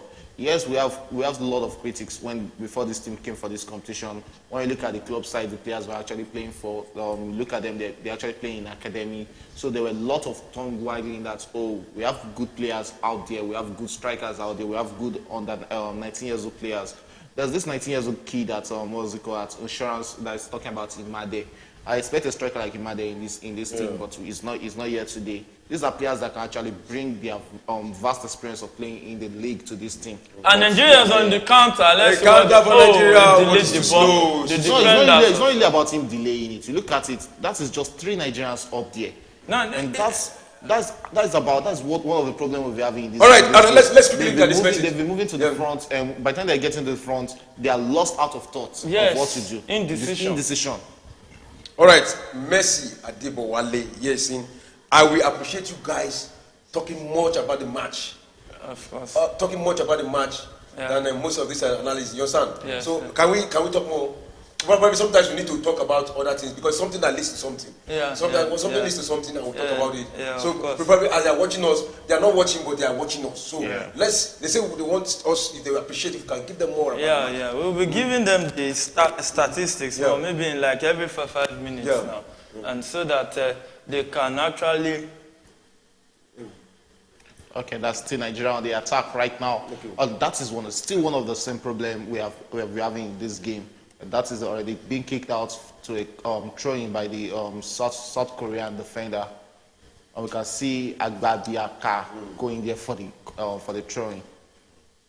And Nigeria has actually played most of this game in the Korean half. That shows how good we are. It's just that final bite, just that final decision. And getting that ball into the net has really been the problem of this thing. And honestly, I can only hope that if this Nigerian team gets to extra time, they don't gas out. They don't gas out. This is important. That is very, very important. They've been playing on a very high intensity because they've. That was a good chance. 28 meters wide outside. 28 meters should actually be looking up and be making that pass. Oh my goodness. And that shot came from you can see from outside 18 box. He just tried to but that went over the goal post. It's not totally bad. It's not totally bad. They should be doing better. Yeah, they should be doing better there. I think at least that's one of the best attempts so far. Best shot so far. But it went over. And so far, 86 minutes of the game, still 0-0. The South Korean goalkeeper just played the goal kick. Oh, and that is a foul. That should be a handball against Nigeria. Far away from the 18 box. Oh my goodness. That's far away from the 18 box. That's dagger. That's an elbow to the neck. That's an elbow to the neck. Mr. Since you knew this under 20, have they ever played penalties? No. Are they good at penalties? We can't say. We don't have most of their history. They are mostly academy players. So you can't really say if they will play. We have to see first before we can. But I see this game, it's looking more like maybe if one team wants out, then another team will just get a goal. Very, very important. Very, very important. Okay, you can see what a clearance. You can see. And South Korea has been very good defensively. They've been clearing most of the things Nigeria has We've actually been blaming Nigerians attackers, not actually when we are not giving the praises to the South Korean defenders. They've actually been defending very good, just like the Nigerian defenders have been defending also. A throw-in from to Nigeria from the half of the South Koreans, and you can see the 4 defense of Nigeria passing the ball. And that was a loose ball. It was covered. That's the count. The midfield. And they are moving right now. That should be manual. You can see 4 defenders of the Koreans are back. What can he do? Tries to. No, that was a short cross. Headed out. Nothing to show. That should be a free kick. That's a free kick. That should be a free kick because he held the clothes and threw him back. And that's a yellow card. A yellow card. That should be a yellow card. The referee saw that and he quickly responded. Kang. S.Y. Kang. Yeah. You know, Sunday has been good today from that left wing.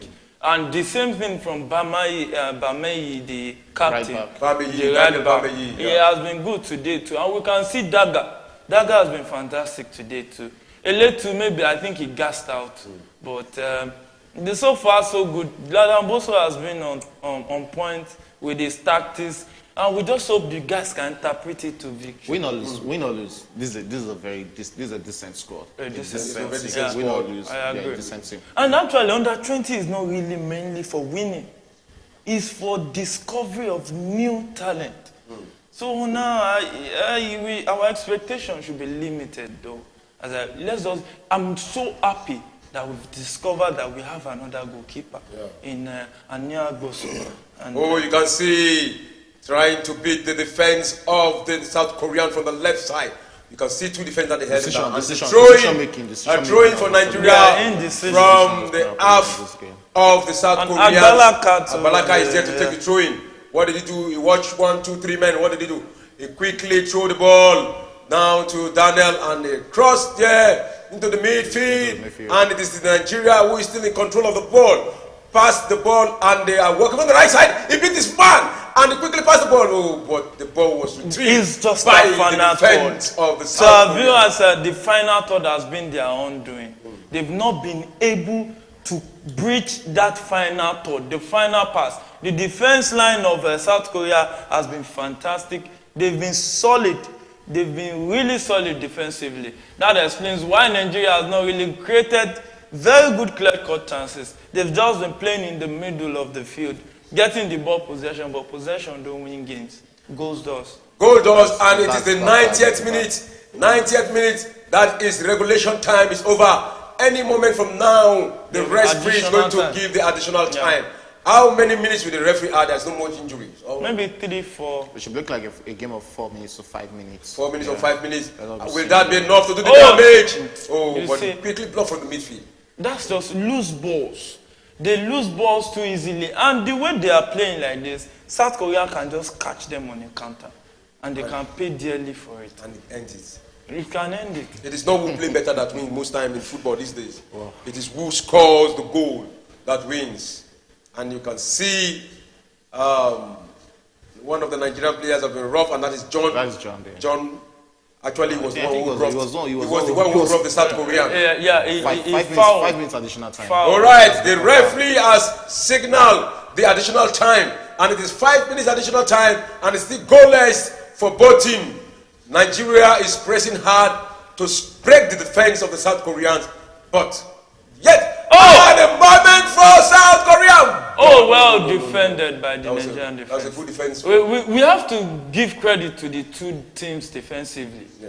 They've been on point. We talk about attack a lot. We should understand that defending too is an art. Hello, we're having a caller on the line. Hello.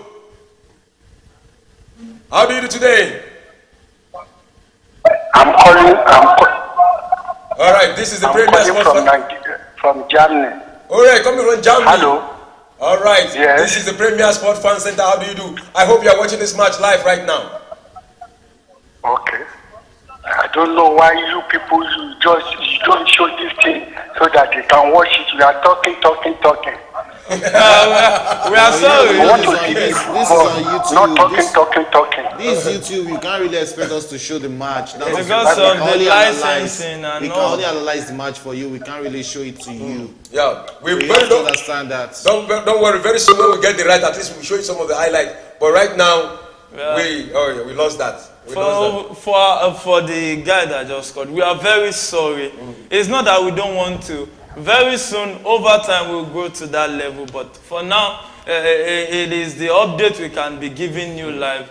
But over time, you can trust us to evolve to that stage whereby we show it to you. We become, a full-blown licensed TV platform to show all these matches live. All right, we're having a statement here, message here from Oyebola. He's saying, kudos to you guys. You guys are doing well. I know all of you are from Ondo State. Are you from Ondo State? I'm not from Ondo State, actually. Shagalu, are you from Ondo State? I'm not from Ondo. That's a funny one anyway. I'm actually from Abeokuta. So you're from Abeokuta. I'm from Ekiti. You're from Ekiti. Ondo is very close. You're still close to Ekiti. You're still close to Ondo. So yeah, actually. Probably you're the one that looking at saying, all right, let's see. The match is heating up, and any moment from now, I think we are still 2 minutes left. 3 minutes of the. We are in the third minute of the additional time, and it's been a balanced game to some extent. It just seems like South Korea surrendered the possession to Nigeria and trying to just frustrate Nigerians. They get tired, you hit them on the counter and just get the desired one goal and close up shop. But the game has been balanced. You can see South Korea working from the left wing now, trying to frustrate the Nigerian defense. A quick cross, and you can see right in midfield. South Korea, he has one to it. Oh, wow, the defensive foul for Nigeria.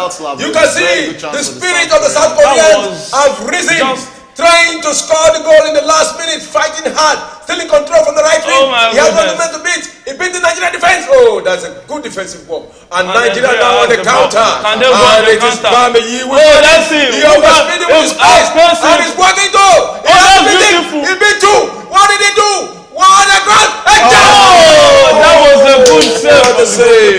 It was a good shot from Emmanuel. Trying to play the ball. And a good shot from Emmanuel.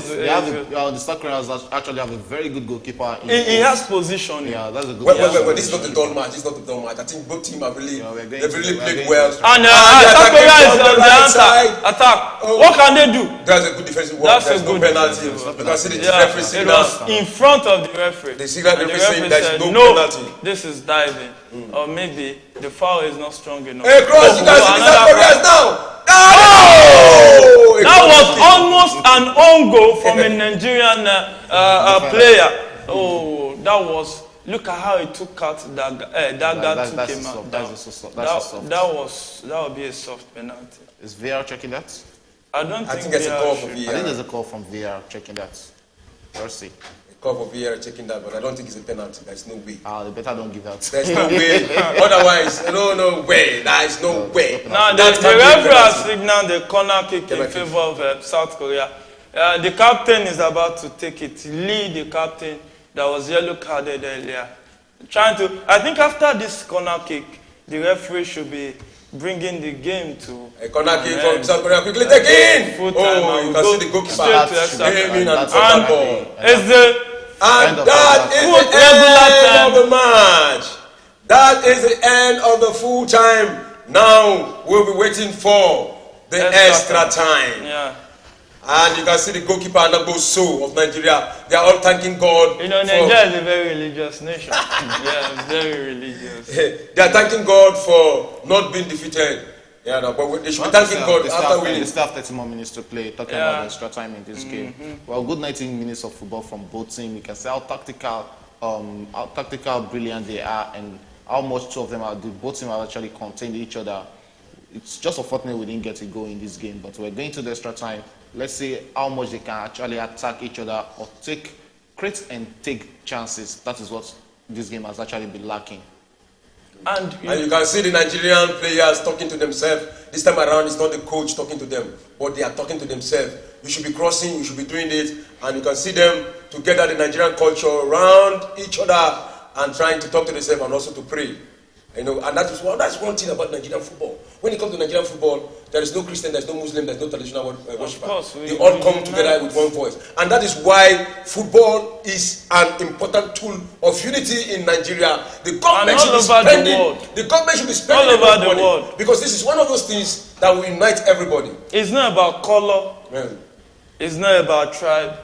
It's not about religion. It unites us all. it brings us all together. Goal is almost the same thing all over all the languages, almost all the languages in the world. Yeah. When you say goal in English, you say the same goal in Spanish. You say goal all over different languages. So we just hope that these two can actually really unite us. And we have a caller in the line. Hello. Hello. All right, this is Premier Sport Fan Center, and this is your live segment. How do you do? Yemi. Yemi, okay. I'm good. This is Yemi. Where are you coming from? I'm watching you guys live from UK. Okay, UK. How do you do today? Okay, yeah. I'm good. Please, you guys are doing a very good job anyway. Okay. Thank you. Thank you. Yeah. Thank you. All right. So please, I just want to confirm, which states are you guys watching there? So I'll be browsing trying to see if I can watch it live. You know we are on YouTube. The information we can drop. Yeah. We are on YouTube, and no, this hours you can't get where we are watching it from. We have a special station here dedicated to our own YouTube. You know, and so that we can reach to you, and we are paying strictly for that, and I don't think it can get to you. No. So I wouldn't mind to register. I wouldn't mind if I can register, if I can subscribe too. We can always reel out those information later. You know, we are live. Okay, yeah. Okay. I'll call you guys later. Okay, can I call you guys after the match then? Yeah, you can. Okay. Yeah, thank you. All right. Yes. All right, bye. All right, my regards to other colleague. Thank you. All right. All right. Yeah, you can see everybody watching it's Nigerian from all over the world watching. So far, you have that blood, Nigerian blood in you. No matter how much you want to say you want to turn a blind eye, if the country is doing well in football, you always want to, your attention will be there. So it's something that we need to appreciate about our country, the diversity of talent. A lot of talent. You know, like I was talking about the unity of Nigeria when it comes to football. Now there is one symbol of unity we are seeing here. Right now, as you can see, the players, they are represented from all the states. Yeah. You can see Nnamdi from the east. You can see Mohammed from the north. Yeah. You can see and they Lawal. pass the ball to each other. Yeah. You can see Lawal from the east. You understand what I'm saying? You can see Ogochie from the middle belt. Yeah. You understand? And you can see all Nigeria represented here. And nobody is saying south, east, west, north. We are talking Nigeria. Yeah. This is one of the uniting factors. And this is where the government should spend money. You know, when you look at it, the government can try. But over time, it's just about sense of belonging that I think. Because when you travel outside of this country, I think the first thing, on your passport, it will be a Nigerian passport. It's not a tribe thing. So we really need to come together. All of us one together, stick as one. Nigeria is one. We are not going to divide this nation.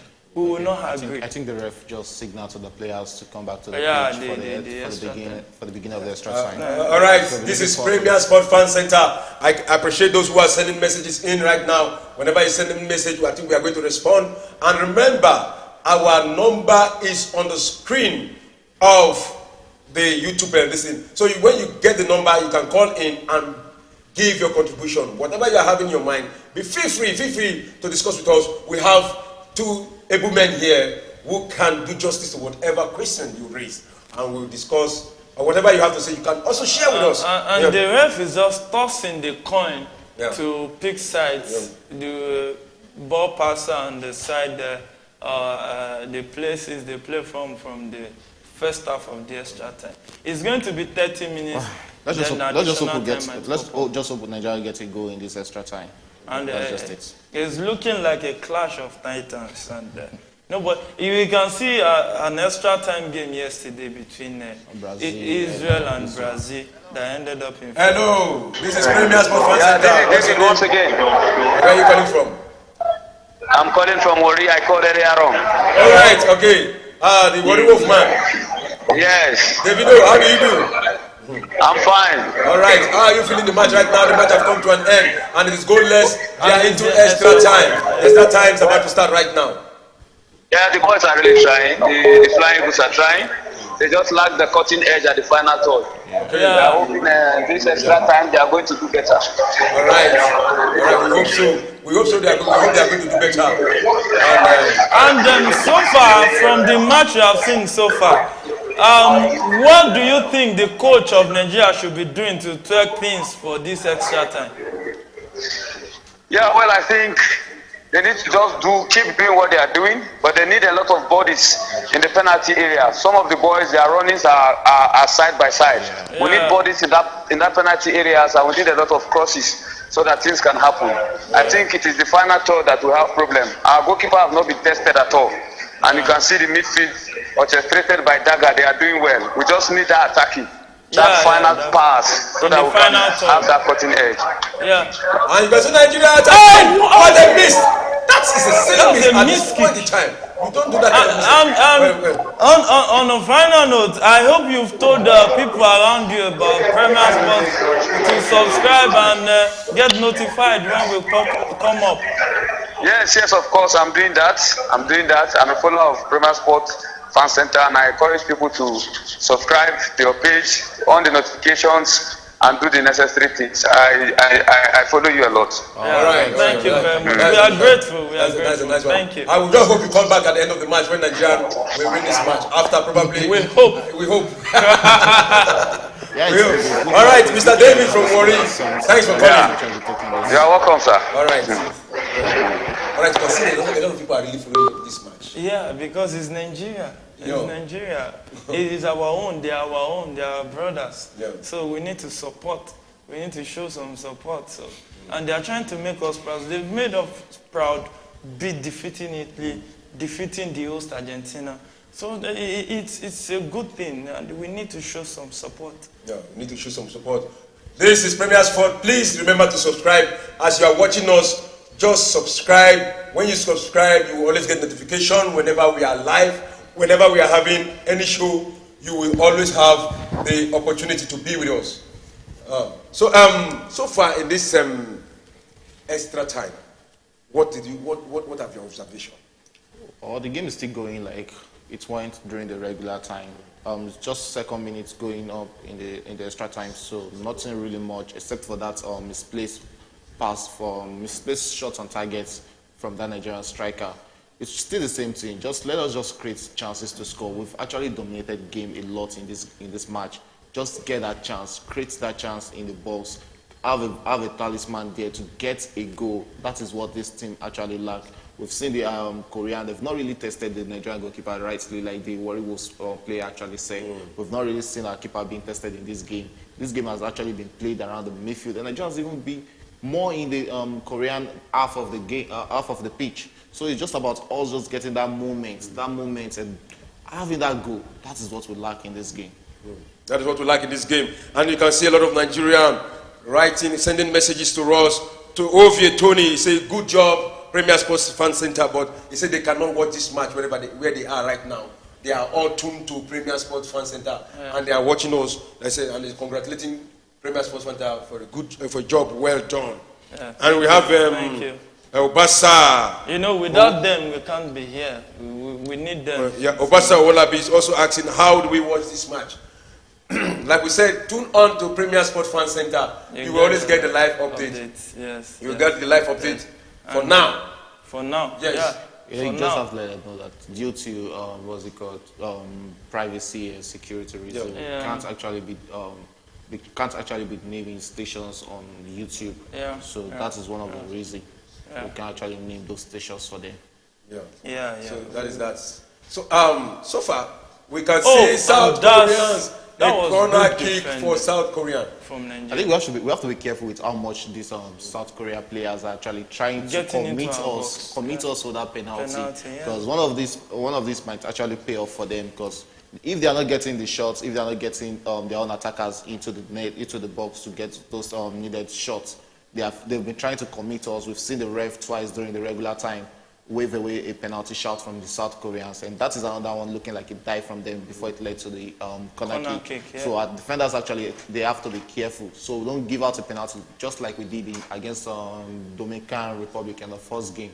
So we just have to be careful so much so we don't buy into what they're trying to sell to us. All right. Corner kick for South Korean. What did they do? Quickly take it.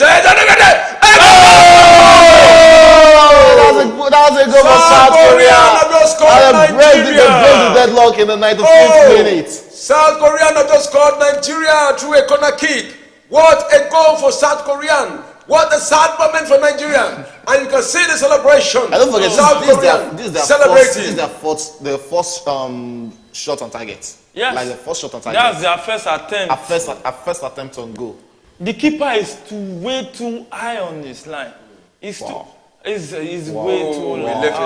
And he would have saved that ball. You see, whenever those days when we were growing up, when we were playing football, came out of when we want his to play penalty, you see two defenders, one from one pole and one on the other pole, and you see the defender on that pole was not there. Even if he was there, if he was there, he would have saved it. It's not about him. If he was in his right position, he would have saved that goal.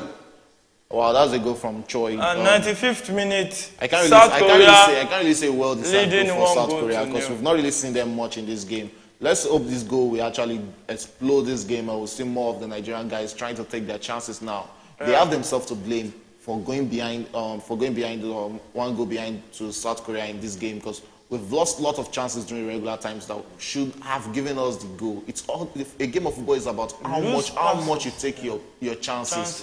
And that is what we lacked during the regular time. So let's see what goes on. We still have about 25 more minutes to play in both halves. So let's see what Nigeria can do if we can get the goal. And like I said during the regular time, that I'm sure Landa Boso who wants to go into this. And it is South Korea who is attacking again. Oh. Because he'll be remembering what happened in 2007 against Chile. And it's looking like that all over again. And it was Nigeria went out at the quarterfinal in time like this. 2007, and when we were sat. A time like this, Nigeria went out at the quarterfinal of the 2007 World Cup. And now, there's still a lot of time to play. There's still a lot of time to play. But I will not say it's a bad coach. I think he has done well. Probably some just minor mistakes for you not having a finisher. I think to me it's a big problem for Nigeria right now. Yeah, it has its play, but before you can talk about a finisher, you have to get the pass to the finisher.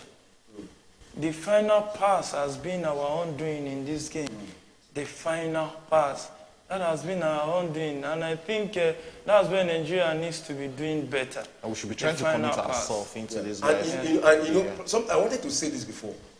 Whenever, like you call it, those who bet on pundits. No, who bet? Those who bet. Okay, stakers. The puntas. The puntas, yeah, that's the word you use, puntas.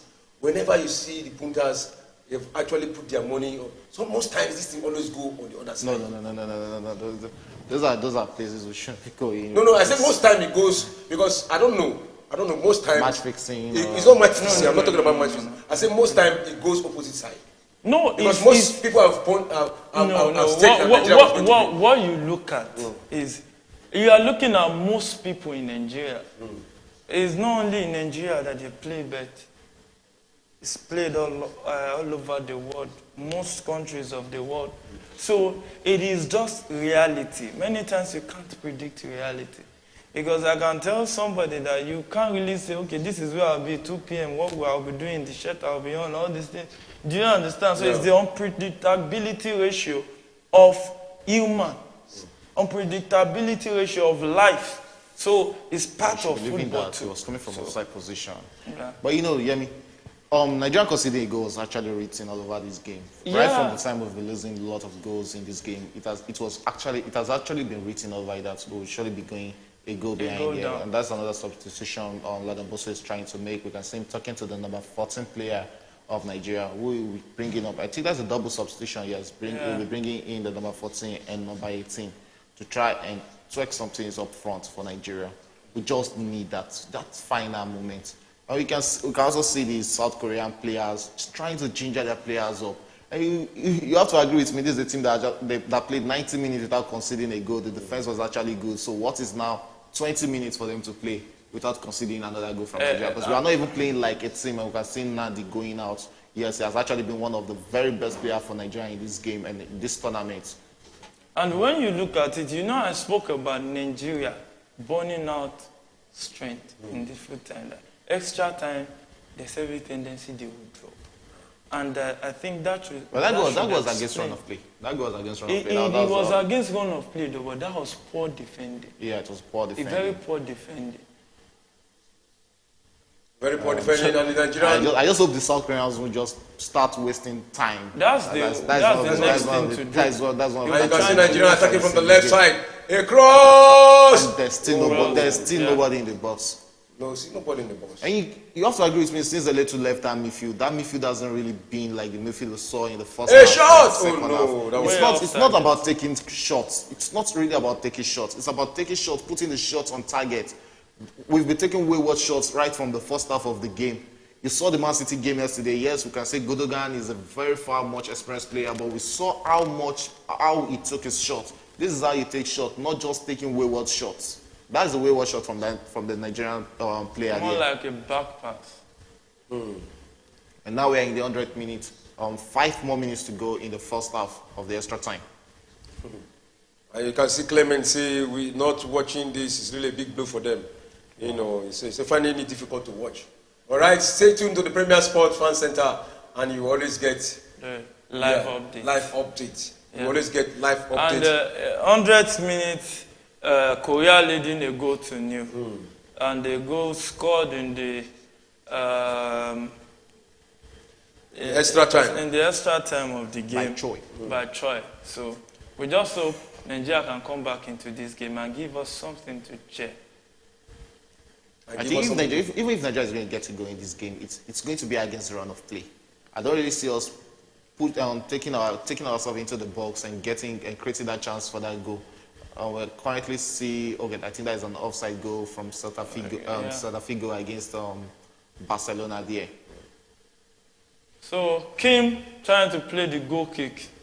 Restart to the game. Let's see if Nigeria can bring something to the table. 4 more minutes to play in the first half of the extra time. Let's see how much we can actually pull something out of this game. But it's not really looking good for Nigeria, because we've seen more of the goal is looking like that goal actually gingered. It actually gingered the South Korean players. Of course, it will. We've seen more of them doing more of South Korea in this game now. And you can see how many bodies. They need to increase number of bodies in the box. Corner kick for Nigeria. And that's a goal kick. It's a goal kick. Okay, yes, it's a goal kick. But throughout this tournament, have you seen Nigeria coming from behind? And Celta Vigo just took we came from behind against against Dominican Republic. Yeah. That was the time. Came from behind, one go down. One go down. And that was 2-1. That was the time we went behind. I guess Brazil, we didn't come behind. We didn't come from behind. We actually lost that 2-0. 2-0. Yeah. So probably we're looking forward. There's still much time to play. We still have 15. That is about 18 more minutes to play in this game. So there's still much time to play. So let's just see what the boys can do. They just need to get their head back into this game. They don't have to lose focus. They don't have to lose belief. We can see the delay tactics already being used by the South Korean. Every small kick now will be a big one to them. Yes. Because they all right. Time. And that is the South Africa already got that goal against Barcelona. Barcelona already the champion, so there's nothing to play. They're just playing for pride today. Yeah. So it's Celta Figo 1, Barcelona 0 in the 43rd minute. Oluwatosin is sending a message here. He say, are they in the extra time already? Yeah, they're in the extra time. I can't even discern what is happening. I pray the boys just do something magical to come back and win this match. Yeah, like you rightly say, we're in the first half. We're almost done with the first half of extra time. This is the 103rd minute already, and that is Nigeria on the attack. Attacking from the left side. Still the same story. Still the same story like during the game. Poor finishing at the final touch. The final touch, the final decision. Pass. That has been our problem all through the game. Yes, we're in the 104th minute of the extra time. First half of the extra time, rightly said. 1 more minute to go. And that's the corner kick for Nigeria. Lawal is on the ball. He's about taking that corner kick. And let's see if we two can get our own goal from the corner kick. Quickly take it. That shot! Whoa! What is that? What a miss! You can't play this kind of game at this kind of time. That was a silly kick. They should be talking to themselves. They should what be is this? Communicating to themselves. What kind of anxiety is that? They should be communicating to themselves there. Wow. You know, if it was under 17, I would have said it is under 17. But this is under 20. That's uncalled for. That was a very good opportunity to equalize. Academic player. No, but at this age, you should be playing with your senses. For you to qualify out of 36, 37 states and you are choosing, you should be able to. Expectations are high. Your ball control should be excellent. Should be above average. That ball was just well timed. Stay on your feet. Just get a good hit on the ball, and it can, because it was in the box. And how could he be so anxious and so restless to score that goal? 1 more minute additional time. 1 more minute additional time. First half of the extra time. And it is South Korea who is leading Nigeria 1-0. South Korea right now are leading Nigeria 1-0. Nigeria right now looking for an opportunity to recognize that goal. Otherwise, that will be the end of the under-20 dream for the Nigerian side. I still see us getting that goal in this game. We'll still get that one goal in this game. Because probably in the second half, we'll be playing an all-attacking football, trying to get one goal or to push this game into penalties. And let's see. My problem right now is just this delay tactics. And we all expected that since the South Korea got that all-important goal for them. All right, let's quickly talk about the referee.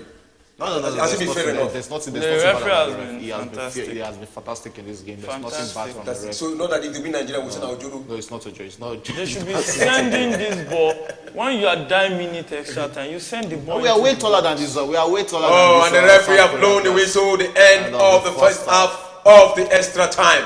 15 minutes left in the second half. I think they're going to change immediately and start playing. 15 minutes left for Nigeria to come back, and you can see Bosco there motivating the boys. They don't have to blame each other. They don't have to blame each other. Just go into the second half, try and do what we've not done in the first half. Try and just utilize these chances, create these good chances, and utilize. The game of football is all about goals, especially when you are in the knockout stage of it. It's all about goals. Yeah, and Mr. Adem, what will you be telling the boys now if you are Ladamboso? If I'm Ladamboso right now, just relax and play. You don't need to be anxious. If you're anxious, you are sending yourself out of the tournament. Relax and play. He has made a lot of substitution attacking wise. And now we need to think about defending too. Because if we concede the second goal, that means that's the end. So what they should be doing, calm the guys down. Let them play as a unit. The meters in between them should not be that far again. When one is going on a counter, the other should follow. There should be 2 options on the ball. When you have a man on the ball, create 2 options for him. So that it is easier to set the right passes when you have so many options that is more than one. So they should first relax. Play as a unit. Forget the scoreline, but just try to get the decisive goal that will bring them back into the game. All right, you can hear Clement Ode. He said, I watched their previous tournament that gave them the ticket to the World Cup. I wasn't impressed with their performance. Yeah, they've actually yes, I said they didn't play like team. Funny to hear they are off the tournament. There's still time. There's still 15 minutes to play. There's still 15 minutes. So we can't really say they're out of the tournament. Yeah, they didn't really have a very good AFCON. Talking about the under-20 Nations Cup, they didn't have a good one. But you can't even forget that the champions of the under-20 AFCON are actually out. Talking about Senegal. They were in a fairly better group. At least Nigerian group was harder than theirs. Probably it's just expectations that got us, got the emotions of Nigerians high. Because we can really see the boys are really trying, no doubt. We can't take that away from them. Just that last man. The last man has been our problem. Not just in this game alone. In the whole of the competition. Not the last man now. The problem is not the last man. The problem is the final pass. Yeah. You need to pass to the striker. Well, there's no striker. We've not really seen the striker coming to play. Even when Salem Fago was on the field, he was not getting services. So when you look at it, the issue of Nigeria today was they didn't really perform up to par in the aspect of creativity in the final third. Right. So what is the essence of keeping the ball possession at the center of the midfield without he wants to play penetrating pass? All right, let's quickly take this one. Let's quickly take this one. Daniel Oluwatosin say, I strongly believe Nigeria will skate through. Yeah, I believe that too. We'll get that goal. Oh, Wow, that was it. They will take another 1 minute wasting time here. Sure, of course. All right, that's a collision in the 18 box of the South Koreans. That's a yellow and card. a yellow card has been given to Nigeria. And honestly, that's an unnecessary tackle. That's an unnecessary The same number 14 that spilled that ball. Yeah. I don't know how you can just want to come and sell yourself and be anxious. You need to calm down and play football. What is this? Oh, that was unnecessary. That was unnecessary. The leg was high. The boot that was unnecessary. That was unnecessary on the it was avoidable. And you opening no, inside. That's normal. That's footballer. That's a footballer. Yeah. It's avoidable. Ibrahim Abdullahi, the Nigerian number 14, is on a yellow card already. 105. Well, we are approaching 106 minutes now. Yeah. That is 1 minute gone out of the 15 minutes, so we have 14 more minutes to go. 14 more minutes. So let's quickly take this one. Let's take this one from Akponowo Best. He said renewed hope of terrible. Nigerians, I love my country. You understand what I'm saying? He said renewed hope of terrible sport administration of sport. Nigerians should come home with their bags. All right, Mr. Godobo, don't worry. The match is still on. It is not over until it is over. Yeah. It is not over until it is over. The match is still on. We just have to keep hope alive. Yes, keep your hope alive. And a good run there from the Nigerian defender. No, it's not really about the run. We having good runs from what we did. And a quickly pass, a good pass there. Offside. And the ball is still going. Oh, that's an offside. That's offside here. The issue I'm having with this team is, if you keep the ball possession in your half and in the midfield, the most important part is the final third. And you just balloon and like annoying misplaced passes, like as if they didn't train. This is a professional. Even the person that passes this ball is a professional footballer. He shouldn't be passing there. You get what I'm saying? You see, there's you saw your man in an offside position. You still set a pass. As a footballer, you are supposed to be thinking ahead, 2 passes ahead, not before, not when the ball is on your feet. That's when you start. All right, let's quickly. The messages are just coming in. Let's quickly take it. And you see, Christopher Sunday. You say this country safe. This one say, Chris said Nigeria is under a spell. And let me quickly read it because as they are sending the message, part of it. They are part of the show. So let's make them part of it. You understand? So what is it? Clement. Okay, say. Lee Young, the number 9 of South Korea, just got a yellow card for elbow to the chest. Yes, Clement Ode say under 16 squad did not make us proud as well. You understand? As well too, if you watch their matches, they did not make us proud as Nigeria. So one say Nigeria is under a spell, another one say Nigeria under 16, under 17 did not make us proud. We'll be looking forward to the female World Cup. I think that is starting around September. So there's still a expectation. The female side were beaten by Ghana. That is under 20. Yes, the WAFU final. WAFU final. Yes, that's the 20 team. So is it? And the WAFU is the West African Football Union. So is it true that Nigeria is under a spell? Oh, it's not that we are under a spell. All those things everybody that watched this match will actually tell you that Nigeria actually played well. But the goals are not just coming in. It's not the goals. They were not creative. They were just passing from the middle. They are not really creative. They look at it. How many bodies do you have up? It is one thing to have Nigeria on the attack. Now, let's see what they can do. That's just still the same old thing we've been talking about through this game. And that's still Nigeria on the attack. Let's see what they can do and to nobody. This Okonogo Best also sent another message here. He said, hopeless hope. No.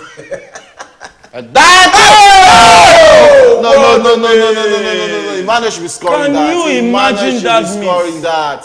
This is one of the chances we've not even seen throughout this game. This is the first clear chance we have seen. The clearest chance Nigeria should be scoring this. Nigeria should be scoring this. What a miss. What a miss. Nigeria would have recognized that. That was the offside. He walked his way into the box. Did the referee blow off? No, it wasn't off. That was what I'm trying to say. Wow, that was a good pass. That was a good pass from John. And a good control. He should be bringing that. He should be bringing that down. The post is so wide enough. Pick your spots and score that. That was a very poor finish. Let's see, probably we might just get another. It's looking more like the defenders of South Korea are getting tired. Yeah, just 10 more minutes to go. Chris Emmy just responded to you, Mr. Shega. He said, the female are going nowhere. Don't worry, there's that scissor to show. I intentionally said that because I don't want to criticize my country on air. Yes, we are not really expecting much from Nigeria at the female World Cup. Even when you look at the groups, you know that wow, Nigeria being sandwiched in a group with Australia. And I think Canada. This number 14 needs to come even down. Myself, I'm not really giving I don't understand what is wrong any hope with Abdullahi. But, we just have to talk good about our country. That is just it. Yes, I think you can see Ojo Gabriel here. He said, please, hope. He said there is hope for Nigeria. It is not over until it's over. Yeah, of course. Until 120 minutes. That is Ojo Gabriel. Ojo Gabriel. Yeah, that's a good one. It's not over until it is over. And one thing about Nigeria that I appreciate is the never say die spirit. Yeah. We don't give up. Because now we still have 9 minutes. We still have 9 minutes. So we are going there's still a lot of time fight to the end. So there's still opportunity for us to come down. We just saw Emmanuel wasted a very clear chance. And maybe they can create another one that they can actually bury. They say NFF should just leave Argentina and start coming back home. Those are way to do. And that's one thing that many Nigerians complain about actually. Yeah, the rate at which officials go with the national team. Many people complain about it, but hey, it is well. It is well. And you can see the response from Nigerians, and you can see the anger. Nigerians. 7 more minutes to go. There are a lot of Nigerians who are patriotic when it comes to the love they have for Nigeria. They want to see Nigerian progress. I'm a patriotic Nigerian. When Nigeria is not doing well, you feel it from their voices. You feel the anger. They say it the way they feel it. Of course. And that is what we are getting here today. Most of them are not happy with what they are saying, and only a few will still. What is wrong with Abdullahi? What is wrong with this guy? Like, and he just came in this extra time. What is wrong with him? You see, even Ladamboso was shaking his head. Quota player. That's what they will call him. He's a quota player. Honestly, how can you come in? I've not really seen anything good. And he's just been anxious. I don't know why he's anxious. See, relax and play football. All right, you can see most of the players here. You can see most of the Joshua say he's keeping hope alive. And you can see most of them here. They say they're keeping hope alive. We're still keeping hope alive. It's not like they're actually playing back, taking those chances, be fast about thinking about it. That pass will have come in right. How did he not control that? The pass eventually came to Bame and he actually make a waste of that. You can see they are tired, and you can see the Argentines now. They are rejoicing. The Nigerian that it doesn't really matter. Actually, they knew that Nigeria won fair and square. So it doesn't really matter. It wasn't like they didn't really do very well. And that is South Korea on the attack again. Let's see what they can make out of it. You can see South Koreans dancing with the ball. They are trying to waste. They are not even in a hurry to take. And you can see nobody attacking them. Okay, that one has been collected. And who is there? Okay, and that's Nigeria. Nigeria now on the attack. Oh no, you don't put those kind of passes. You know, I'm still trying to wrap my head around how Nigeria national teams from the under age grade teams, when the expectation is high by Nigerians and you just see them dashing it, coming from the FIFA World Cup qualifier that we thought, okay, they've played 0-0 away from home. They conceded as early as, I think, 5 minutes or thereabout. Under 17, when we started, okay, let us pay attention to this team. They ballooned it. This same team, when they got to the semi-final of the under 20, a lot of people were interested. They ballooned it. And look at it right now. We are in quarter-final, interested that maybe they'll make the semi-final. And look at this. So we need to go back to that drawing board. And that's five more minutes to go in this game. And it's 150. Attacking from the left side. And it's 5 minutes left in this game. regulation extra time. And South Korea won, Nigeria nil. So far, Nigeria has taken the ball possession, but ball possession doesn't win games. We saw that in 2012 when Bayern Munich took all the ball possession, but Chelsea took home the trophy. We forgot that Bayern Munich dominated play. We only remembered the winner. So these guys should begin to translate the ball possession to something solid, a goal that will bring them back. All right, here we have in Justice Edwin. I want to say Prophet Justice Edwin. He said, just watch now. Nigeria will score. Yeah. Amen. Amen. Yeah, we are not being released. Yeah, it's one thing I to call start. it prophet because this is a prophecy. Yeah. Let's see what that you come through. Let's see. Let's see. Only time will tell. All right, only time will tell. That is a good one. And you can see the time running because fast. I can't explain why you get the possession, but the final thought that is the most important. Another chance for South Korea! No, but just like their fellow Nigerians. And if you look at it, whenever South Korea gets into our box, they've been more deadly than Nigeria. Precision. That's one of the things they've been lacking. That precision. Indecision has been their undoing today. You hold the ball, you are like, do I want to run? You have to be decisive. In the final thought, if you are not decisive, you get dispossessed easily. And that's what we have seen so far today. It shows that even South Korea just sacrificed the possession to them. And look for the critical moment to hit them. Regular time, probably South Korea respected Nigeria too much in this game. Looking at it, that this is a team that actually defeated, Argentina in the other round. So the respect was much during the regular time. They allowed Nigeria to play to Nigeria's strength. They allowed us to play how much you want to play into this game. But they took their chance. Don't forget, that was their first clear-cut chance against Nigeria. And they scored their goal. And I don't think our keeper has any saves yet in this match. Yes, he has been relaxing. I don't think so. The only chance they got is scored. Okay, so that substitution from the South Korea. I think they're using that to waste time. Just 2 minutes left. You can see Daga telling the South Korea player to just go out early. I think it's 12 minutes left, right? No, it's not 12 minutes left. 3 more minutes to go. 3 more minutes. Wow. 3 more minutes to go. 3 more minutes. 3 more minutes to go. 3 more minutes and it will be over for Nigeria. Less than 3 minutes. Less than 3 minutes to go. We don't know. Oh, what a day for the under-20 of Nigeria after playing out their hearts. The Flying Eagles of Nigeria. They are not flying at all. They are not flying. This has been a disappointment because the essence of playing football is scoring goals. How can you score when you don't create? You are not creating chances. You need the right passes in the final third. You don't need ball. You can sacrifice ball possession, but give us right passes at the final third. When you get to the final third, you start playing as if your leg is heavy, as if like this is really bad.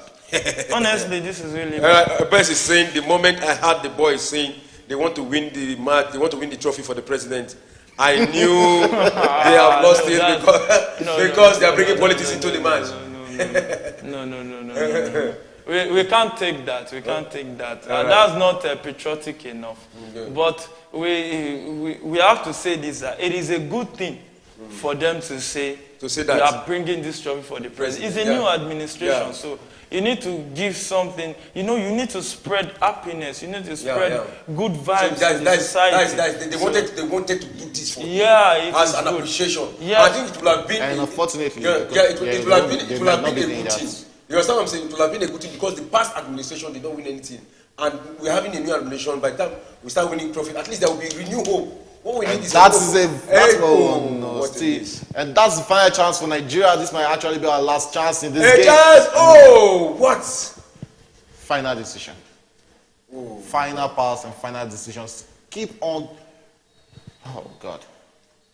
And that can be the final whistle. We should still be seeing maybe like 2 more minutes additional time in this game. So we are in the 120 minutes, the last minute of the extra time. We will see if there will be additional time. There will likely be 1 minute or 2 maybe, minutes. But we are in the last minute already. South Korea still leading a goal to nil. Since they scored the goal, they've actually been delaying play further, and which is normal. Delayed tactics is part of the game. So far, not so good for Nigeria, but very good for South Korea. For South Korea, any moment from and now. it's just 1 minute left. Any moment from now. 1 minute left. It will be Nigeria coming back to. What a day. They'll be coming back home on the first flight tomorrow morning. That's what a day. And to be candid, I don't see them coming back. No, there's no comeback here. There's no comeback here. We have less than 30 seconds to go. Do you think South Korea will allow that? For the remainder of this game, I expect this ball should be playing in Nigeria half, and this is probably the last opportunity for Nigeria. And we can see Nigeria on the attack. And what can they do? That is Yemi's favorite player. And that's wow, Emmanuel again. He'll be asking himself, what do I have to do to score a goal? Oh, he should be scoring that. Although that was a good kick from him. There's nothing good kick if it's not going to the back of the net. Wow, you can see the face of Ladaboso. It's telling himself it's over. No, Daniel Bambeyi, the captain. Any moment from now, this should be the last kick of the game. The last kick of the game. What a pity. Well, it has been a very good day. And rightly, the ref just blows. And that is the end of the match. South Korea have won Nigeria, and Nigeria is out of the tournament. What a day of football. What a sad day for me. What a sad day for... But I'm not sad anyway, because I'm a neutral man. But how do you feel right now? Well, disappointed, because we came in with a lot of expectations, expecting Nigeria to actually take this game. They actually did it playing, but it's all about scoring and converting your chance, and that is what we failed to do in this game. And fortunately for the Korea Republic team, they got just that one chance on target. And what do? They score. That's what sums a game of football. Take your chances and score. Nigeria had all the chances in There's no chance. They had the possession. Yes. We had the chances of thinking ahead, creating it, but we didn't create. We were taking wayward shots and loose balls at the final. It's an explanation of I said it earlier. The future is actually bright for them. Maybe we will not start opening another book of Lamentations. We're opening that book of Lamentations now. We opened it now. We just hope that book can finally be closed at one point or the other. Yeah. I'm trying to prophesy this is one of the programs we're talking about. That the book of Lamentations should be closed. Should not be our portion any longer. Yeah, it should not be our portion. All hopes were raised up, and Nigeria started believing. When this tournament started, I'm very sure 20% of Nigerians were not watching this match. Well, I didn't give them a chance. I didn't give them a chance to make it to the second round at the start of the competition. So seeing them losing in the quarterfinal, probably I think they overachieved my expectation for them. Good one for the boys. It's about we looking at the future of these boys. There are a lot of good players in that team that will actually make it out of Nigeria. Find and make a career for themselves in football. Now it all sums back to NFF and government. What are they going to do after this? We will still recycle the same coaches back into the national team. Don't forget, Nduka Ugbadi was sacked from the under-17 team after losing the under-17 AFCON. Yeah. So all eyes will be on what will happen to Ladamboso when he comes back with his boys to the Abuja Stadium, Abuja Airport tomorrow. I'm expecting them back in the country tomorrow. Good game of football from Korea. They are through to the semi-final now, and they'll be facing Italy. Yeah. So I think Italy will be so much interested in that game because it might actually be their time to make it to the final. Wow. Ademi? Yeah, good game for South Korea. It shows that they had a game plan and they stuck to it. Critical moment. Get your chances, bury them, and when you bury them, defend well. Bury them, defend well. Bury them, defend well. So when you look at it, they got the chances, and they buried one. If you look at it, South Korea has been the most dangerous team in the box. Nigeria was not dangerous in the box. They just got all that 60% ball possession, and they were not really clinical. How can you have 1.18 expected goal ratio and not even get a very good clear-cut chance, getting just 3 shots on target? With that kind of... Our goalkeeper doesn't have any save. The only attempt on goal was scored. So how decisive South Korea was. And congratulations to them. And better luck next time for Nigeria and under 20. Better luck next time for Nigeria under 20. All right, that is a good one. So right now, we're out. Nigeria. Let us quickly look at what has happened. Nigeria has gone out. So, can you just give me like 3 players that are standing in the Nigerian squad? Well, it has to be the goalkeeper, Daga, and Eletu. These are 3 players I'm actually impressed with in this competition. And they have a big future ahead of them. Even the captain, Bami, there are a lot of players in this team. You look at the central back pairing of Oguche and Frederick. These are players too that will actually go on to make it in the game of football. So I'm actually impressed in the goalkeeper, Daga, and Victor Eletu, sorry.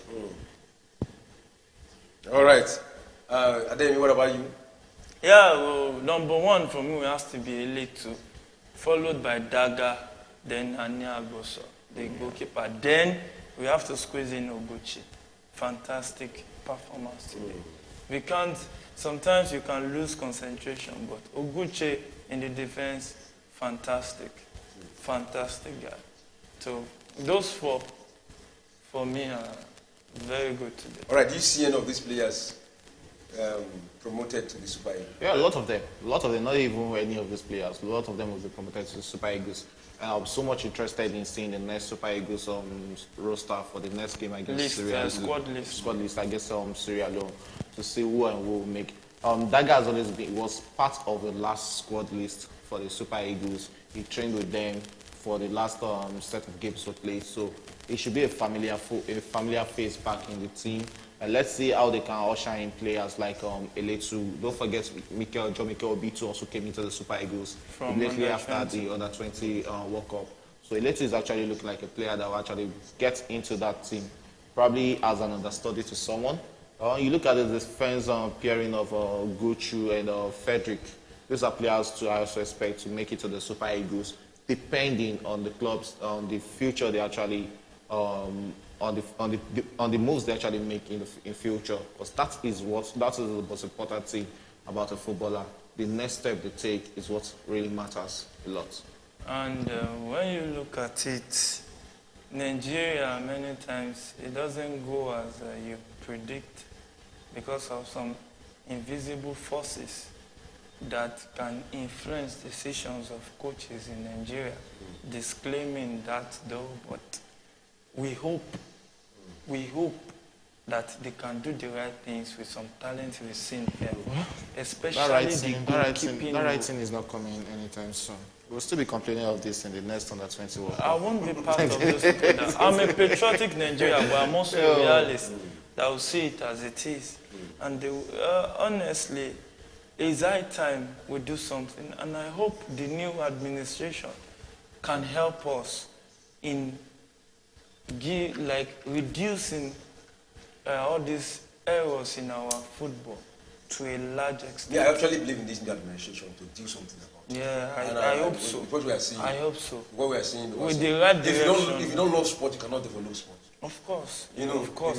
And even if you look at the new president, doing his, I think his birthday celebration or there, but they organize a small sport competition too during that time that they play. So he understands how sport is vital for Nigerians. We breathe, we eat, we love sport. So with that, we need to do it. And for our viewers, they should subscribe to our page so that they can get notified when we pop up. Because there are a lot of mouth-watering programs coming up during this football season break. And they will only enjoy. And there will be a lot of freebies too. And also some prediction programs that give them tips on some things they can stake their money on and get rewarded, but it's not 100% because it's only God that can predict 100%. So a good prediction that might be coming into a lot of aspects, actually, giveaways and all. They should stay tuned and subscribe to our channel. We have a whole lot for them in stock. They can't afford to miss it. All right, they can't afford to miss it. I think that is how far we can go for today. But before we go, any last 1 minute last talk before we go? Not too much. Not too much. From to the fans, to Nigerians, to whoever you want to speak to. Maybe you can give them some courage, because a lot of people are really down right now. I'm very sure some people when they get home, if their wife say, Moga, we'll never buy food. Get out from here! Why you talking about? Where is the Nigerian football? No, I don't think anybody should be doing that. Some people some Nigerians are still patriotic. Some Nigerians are still patriotic to that extent. You have to be realistic. People will go to the World Cup. Maybe you have to be realistic. Under 20, we all know what we all know it. We have to be Bro, you can see it in their voices here, the messages they are sending. You can see the anger. Of course, you have to be angry. Am I not angry? Is Shegun happy? It's not like we're not taking it overboard. You can't take it personal. Reacting. People take it personal. Some people break their television after the score. No. Those are the things we preach against in football. Violence and over-expression of passion. Yeah. It is very wrong.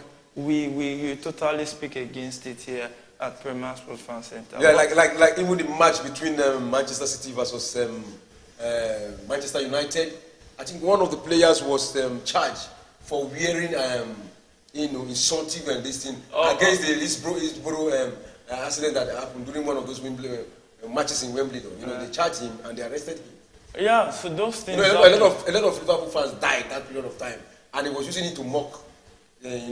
So those are the things, anything that can incite violence. Yes. So they are trying to cut it off in football. That includes the heavy sanctions that is on racism things too in football. So a lot of work is going. We must commend FIFA, UEFA, and other federations trying to work hard to curb racism and violent conduct in football. Anything that can incite violence. We could remember Adebayo was cautioned heavily when he went to celebrate in front of Arsenal fans when he was playing for Tottenham. So we have those things going on, but we can only try to keep curbing it. That it will go totally anytime soon is left to be seen, because when you look at football, it's an emotion-filled game. So you can tend to react sometimes and just lose your mind for a few seconds, and you can do something stupid. That's why the caution is there to correct. But so far, so good. Good game. We enjoyed the day. We hope our viewers enjoyed it. All right. We hope our viewers enjoyed it. And I'm very sure a lot of... and shout out to some guys that have called in. Yeah. Want to talk? Easy. One guy there, easy to... calling to support him, and other guys, the Warriors player, the guy that called in from Germany. We appreciate every calls and every comment on our page.